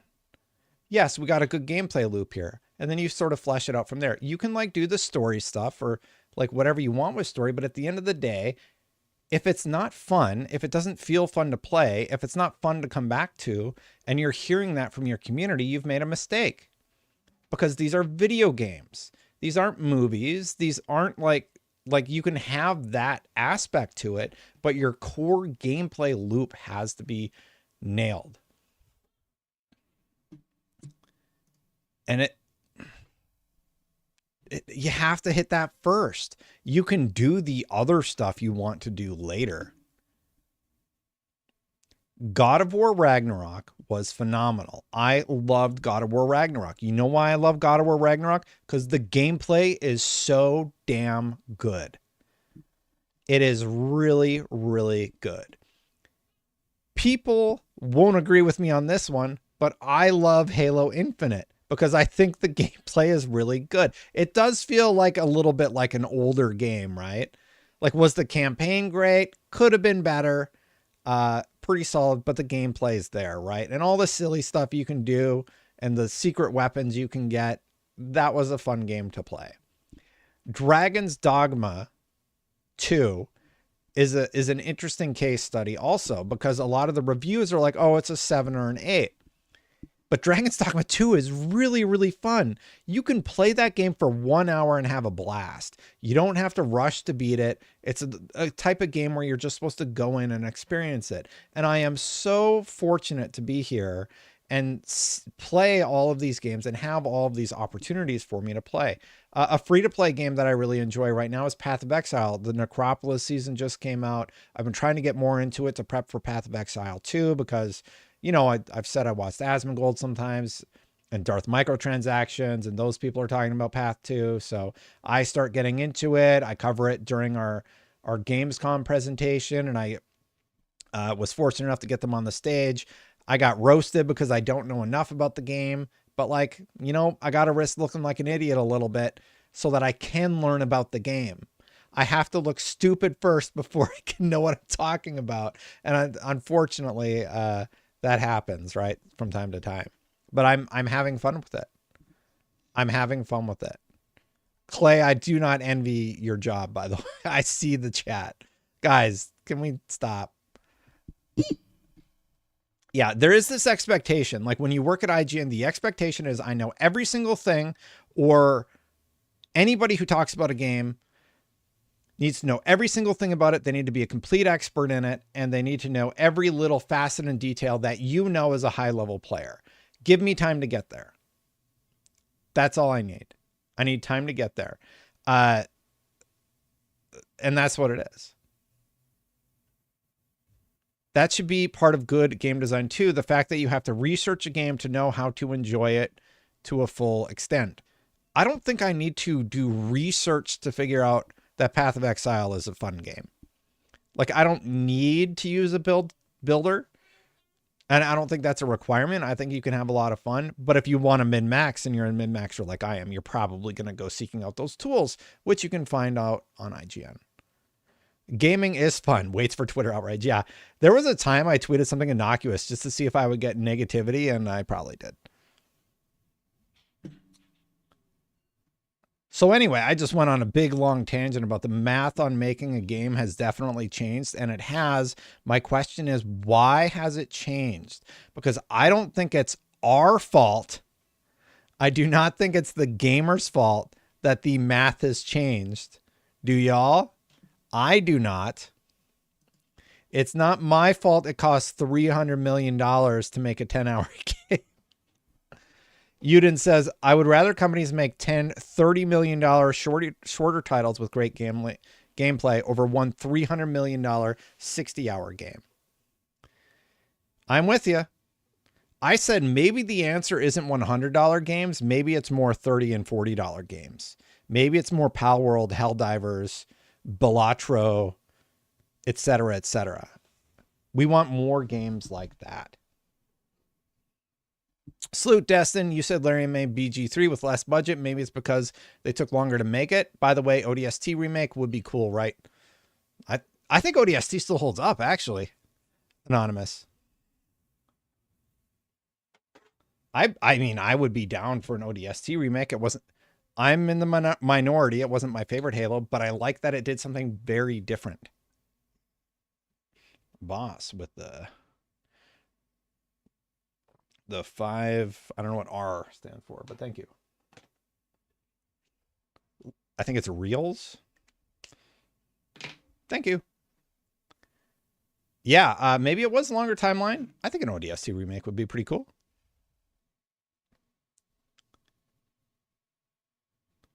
What else have we got here? So he talked a lot about this. Spencer's views point to a collision of rising budget, diversifying business models, and the exceptional financial risk now required to meet the audience expectations of a AAA release. That's it right there. There's a disconnect between what the audience expects versus what they think the audience wants. And it's because I think personally, there's a lot of analysis out there about whether a game is native 4K or not. And there's like a lot of talk these days in the gaming sphere about whether a game is good, like how is the frame rate, how is this, how is that, and the other thing. Dragon's Dogma 2 has terrible frame rate. It has performance issues at launch, and it has microtransactions in the game. Dragon's Dogma 2 is a fantastic game. The gameplay is phenomenal. And the experience you get to have in Dragon's Dogma 2 is great. So it can have these other problematic issues and get away with it. Why? Because the core gameplay loop is so fun. It is so fun. And there's cool stuff in there like the Dragon's Plague, where like you can kill a whole village if you're not paying attention, right? So to me, it's strange that they're like, oh, we just can't figure out what gamers want. We want Diablo 2 remade. Remake Diablo 2. What's it? Like Path of Exile 2 is about to come out. I know they did the Diablo 2 remake, but it's just like, oh, we can't figure out where we went wrong with Diablo 4. Well, having it always online was a big miss.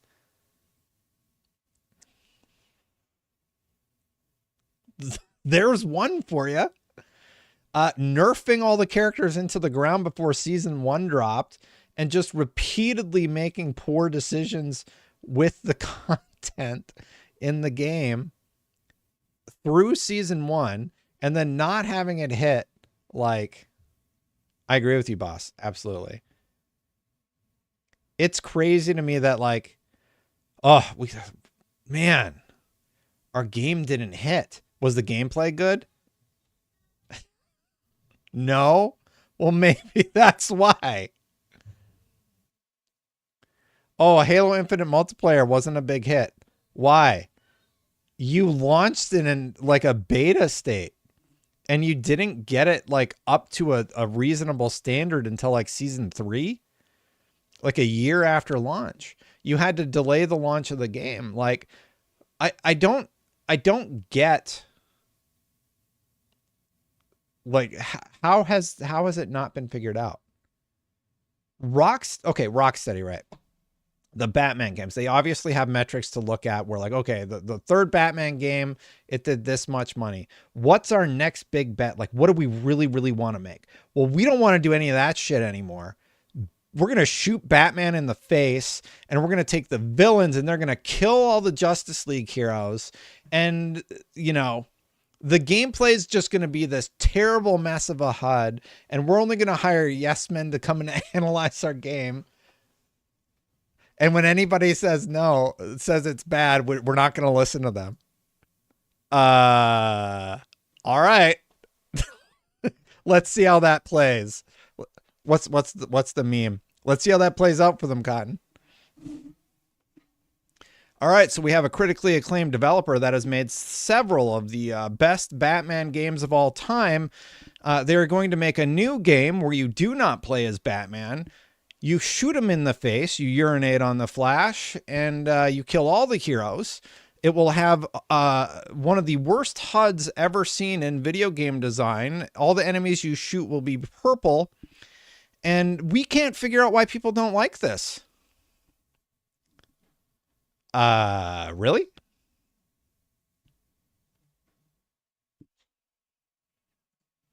The whole Suicide, I don't mean to keep going back to Suicide Squad. It is just such an example of how did this happen? What leader let this happen?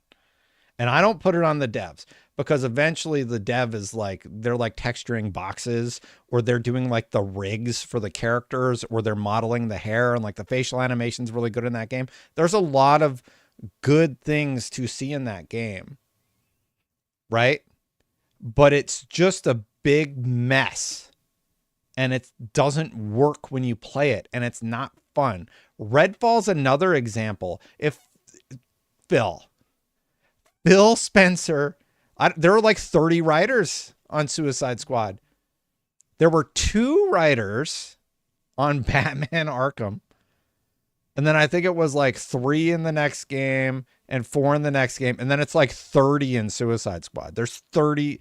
How many writers on Suicide Squad? Kill the Justice League. I'm going to Google it.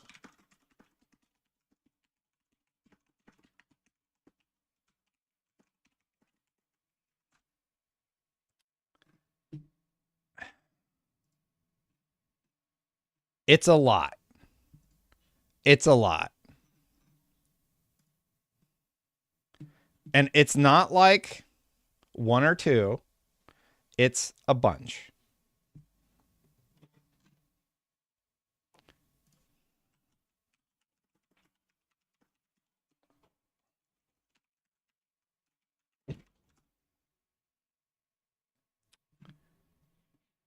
There's a meme about it. I don't remember how many there were initially. But somebody asked about the writers on the game, and it's not like 1 writer. It's like 30. It seriously went from 2 to 30. It's nuts. Diablo 4, like, you have to have one person that is the writer.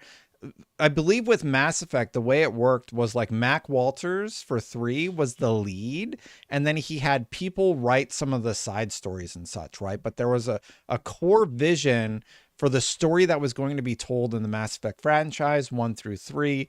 And if I remember correctly, that was initially set forth by the novelist who wrote the games and figured out the story that wanted to be told in the Mass Effect universe, and then Mac Walters like took it across the finish line. I'm blanking on the author's name, but I'm a big fan of his writing.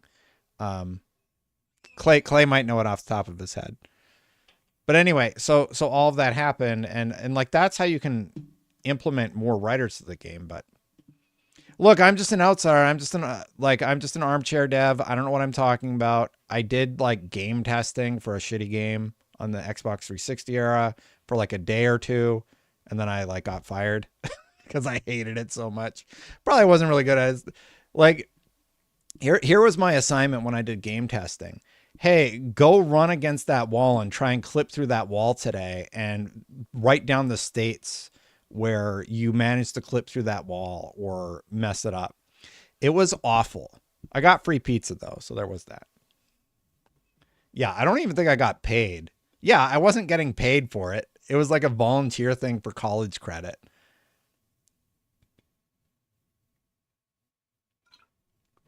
Let me see if I'm still in the credits. It was called Screw Jumper.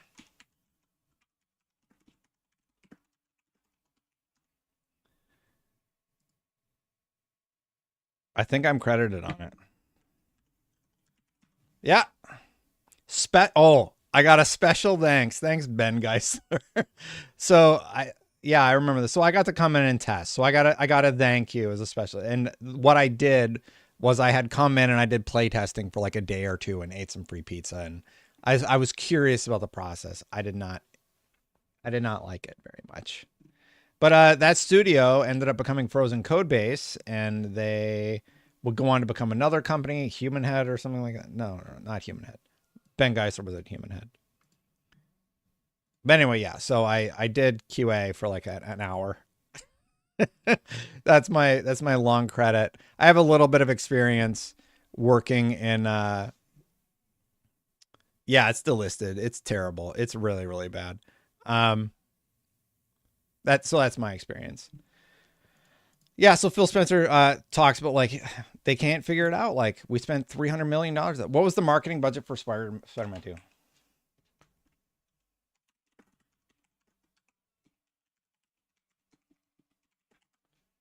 Did we know? Here it is on Reddit.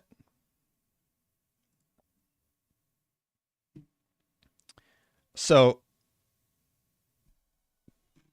Spider-Man 2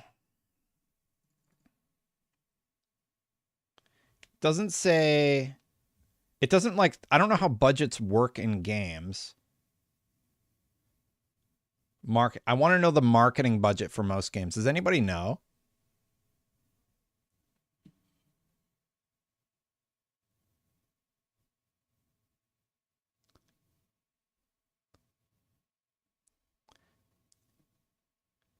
Is Turbo, he's doing his best, but like if that's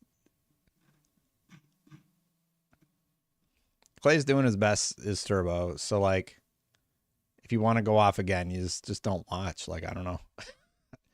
He's just trying to keep the chat clean. I know we know Diablo 4's marketing budget. Oh, I spelled budget wrong.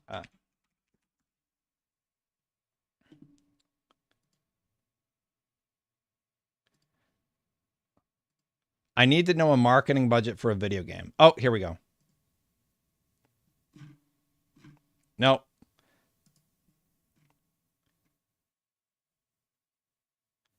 Chat, does anybody know? It's like 143 million, right?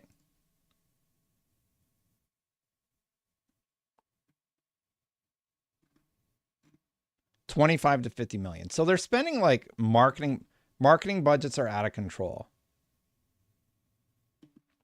And like, look, you can talk about how Diablo 4 like didn't do well. But here's an NBC article saying Diablo 4 crosses 660 million in sales in 5 days, a record for Activision Blizzard. So even if Diablo 4 is like a failure, they're probably going to make $1 billion off of that game. So that's revenue in 5 days. That's what they made in 5 days. So Diablo 4 made $1 billion. So let's say hypothetically they spent $500 million on that game. Like they're set up to make Diablo 5. And then you also got to remember that Diablo Immortal also made a ton of money. So anyway, marketing budgets are out of control. I've totally lost track of where I was on the topic, and I am nearing the point where I do need to wrap it up. Here's another story from Experter. There is a white, assuming this is real because this would be super easy to Photoshop, all digital Xbox. I am so zero excited for this thing. I think it is probably a prototype and it does absolutely nothing for me. It is a white digital Xbox. That's what we know about it. Joe says, sorry, I'm behind. How's the Steam Deck a massive success?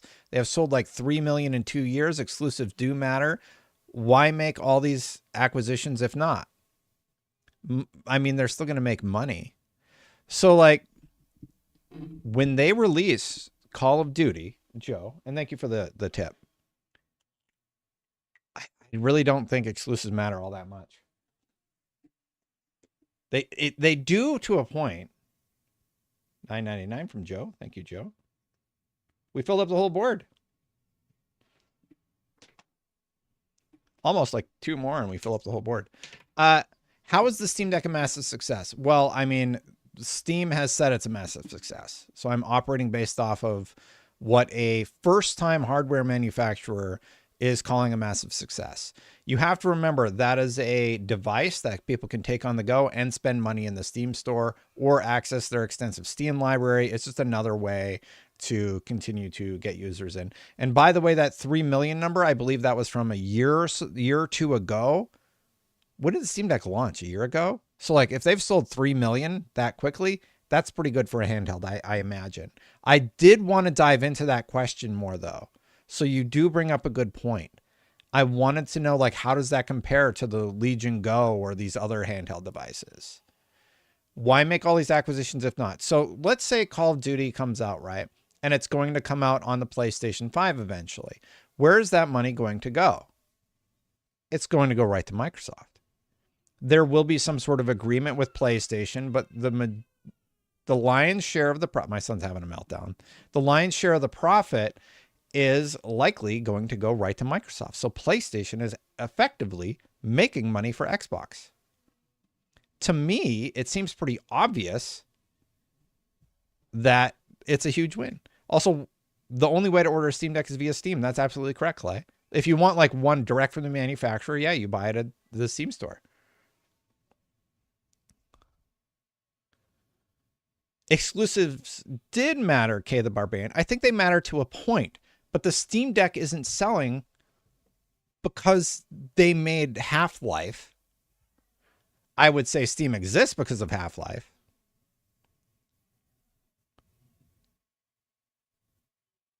But the smartest thing Steam ever did was make Steam. It wasn't make games, right?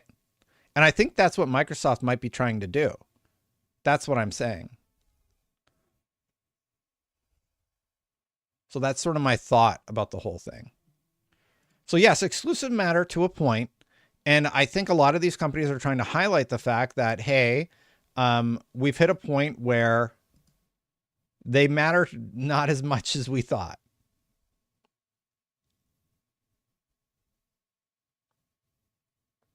Did I make my point? Gotta say, Destin, what you mean? I don't have a problem with you, lol. Why would I leave? I don't know. I just read your mad comment about Clay putting you on a timeout. I think I'm going to go play with Daniel because he's losing it here in just a second. But any final thoughts before I go? Thank you. I got to say, thank you to all the super chats today. When you write them all down, it's kind of cool. Thank you, everybody. I really appreciate this. Phil-a-roni. I got to write down one more. $10, no comment. Well, thank you, Phil. That's Phil Spencer's alt account. I bet. Just throw me $10. I have like this little spot. Maybe I could fit a few more spots. Thanks, everybody. Dragon's Dogma 2 is awesome on PS5. That's great, Eric. See, Eric doesn't care. Like, I did a performance test and I showed that it has performance issues on the PS5. Eric doesn't care. So, yeah. Oh, Phil-a-roni, did you have one earlier?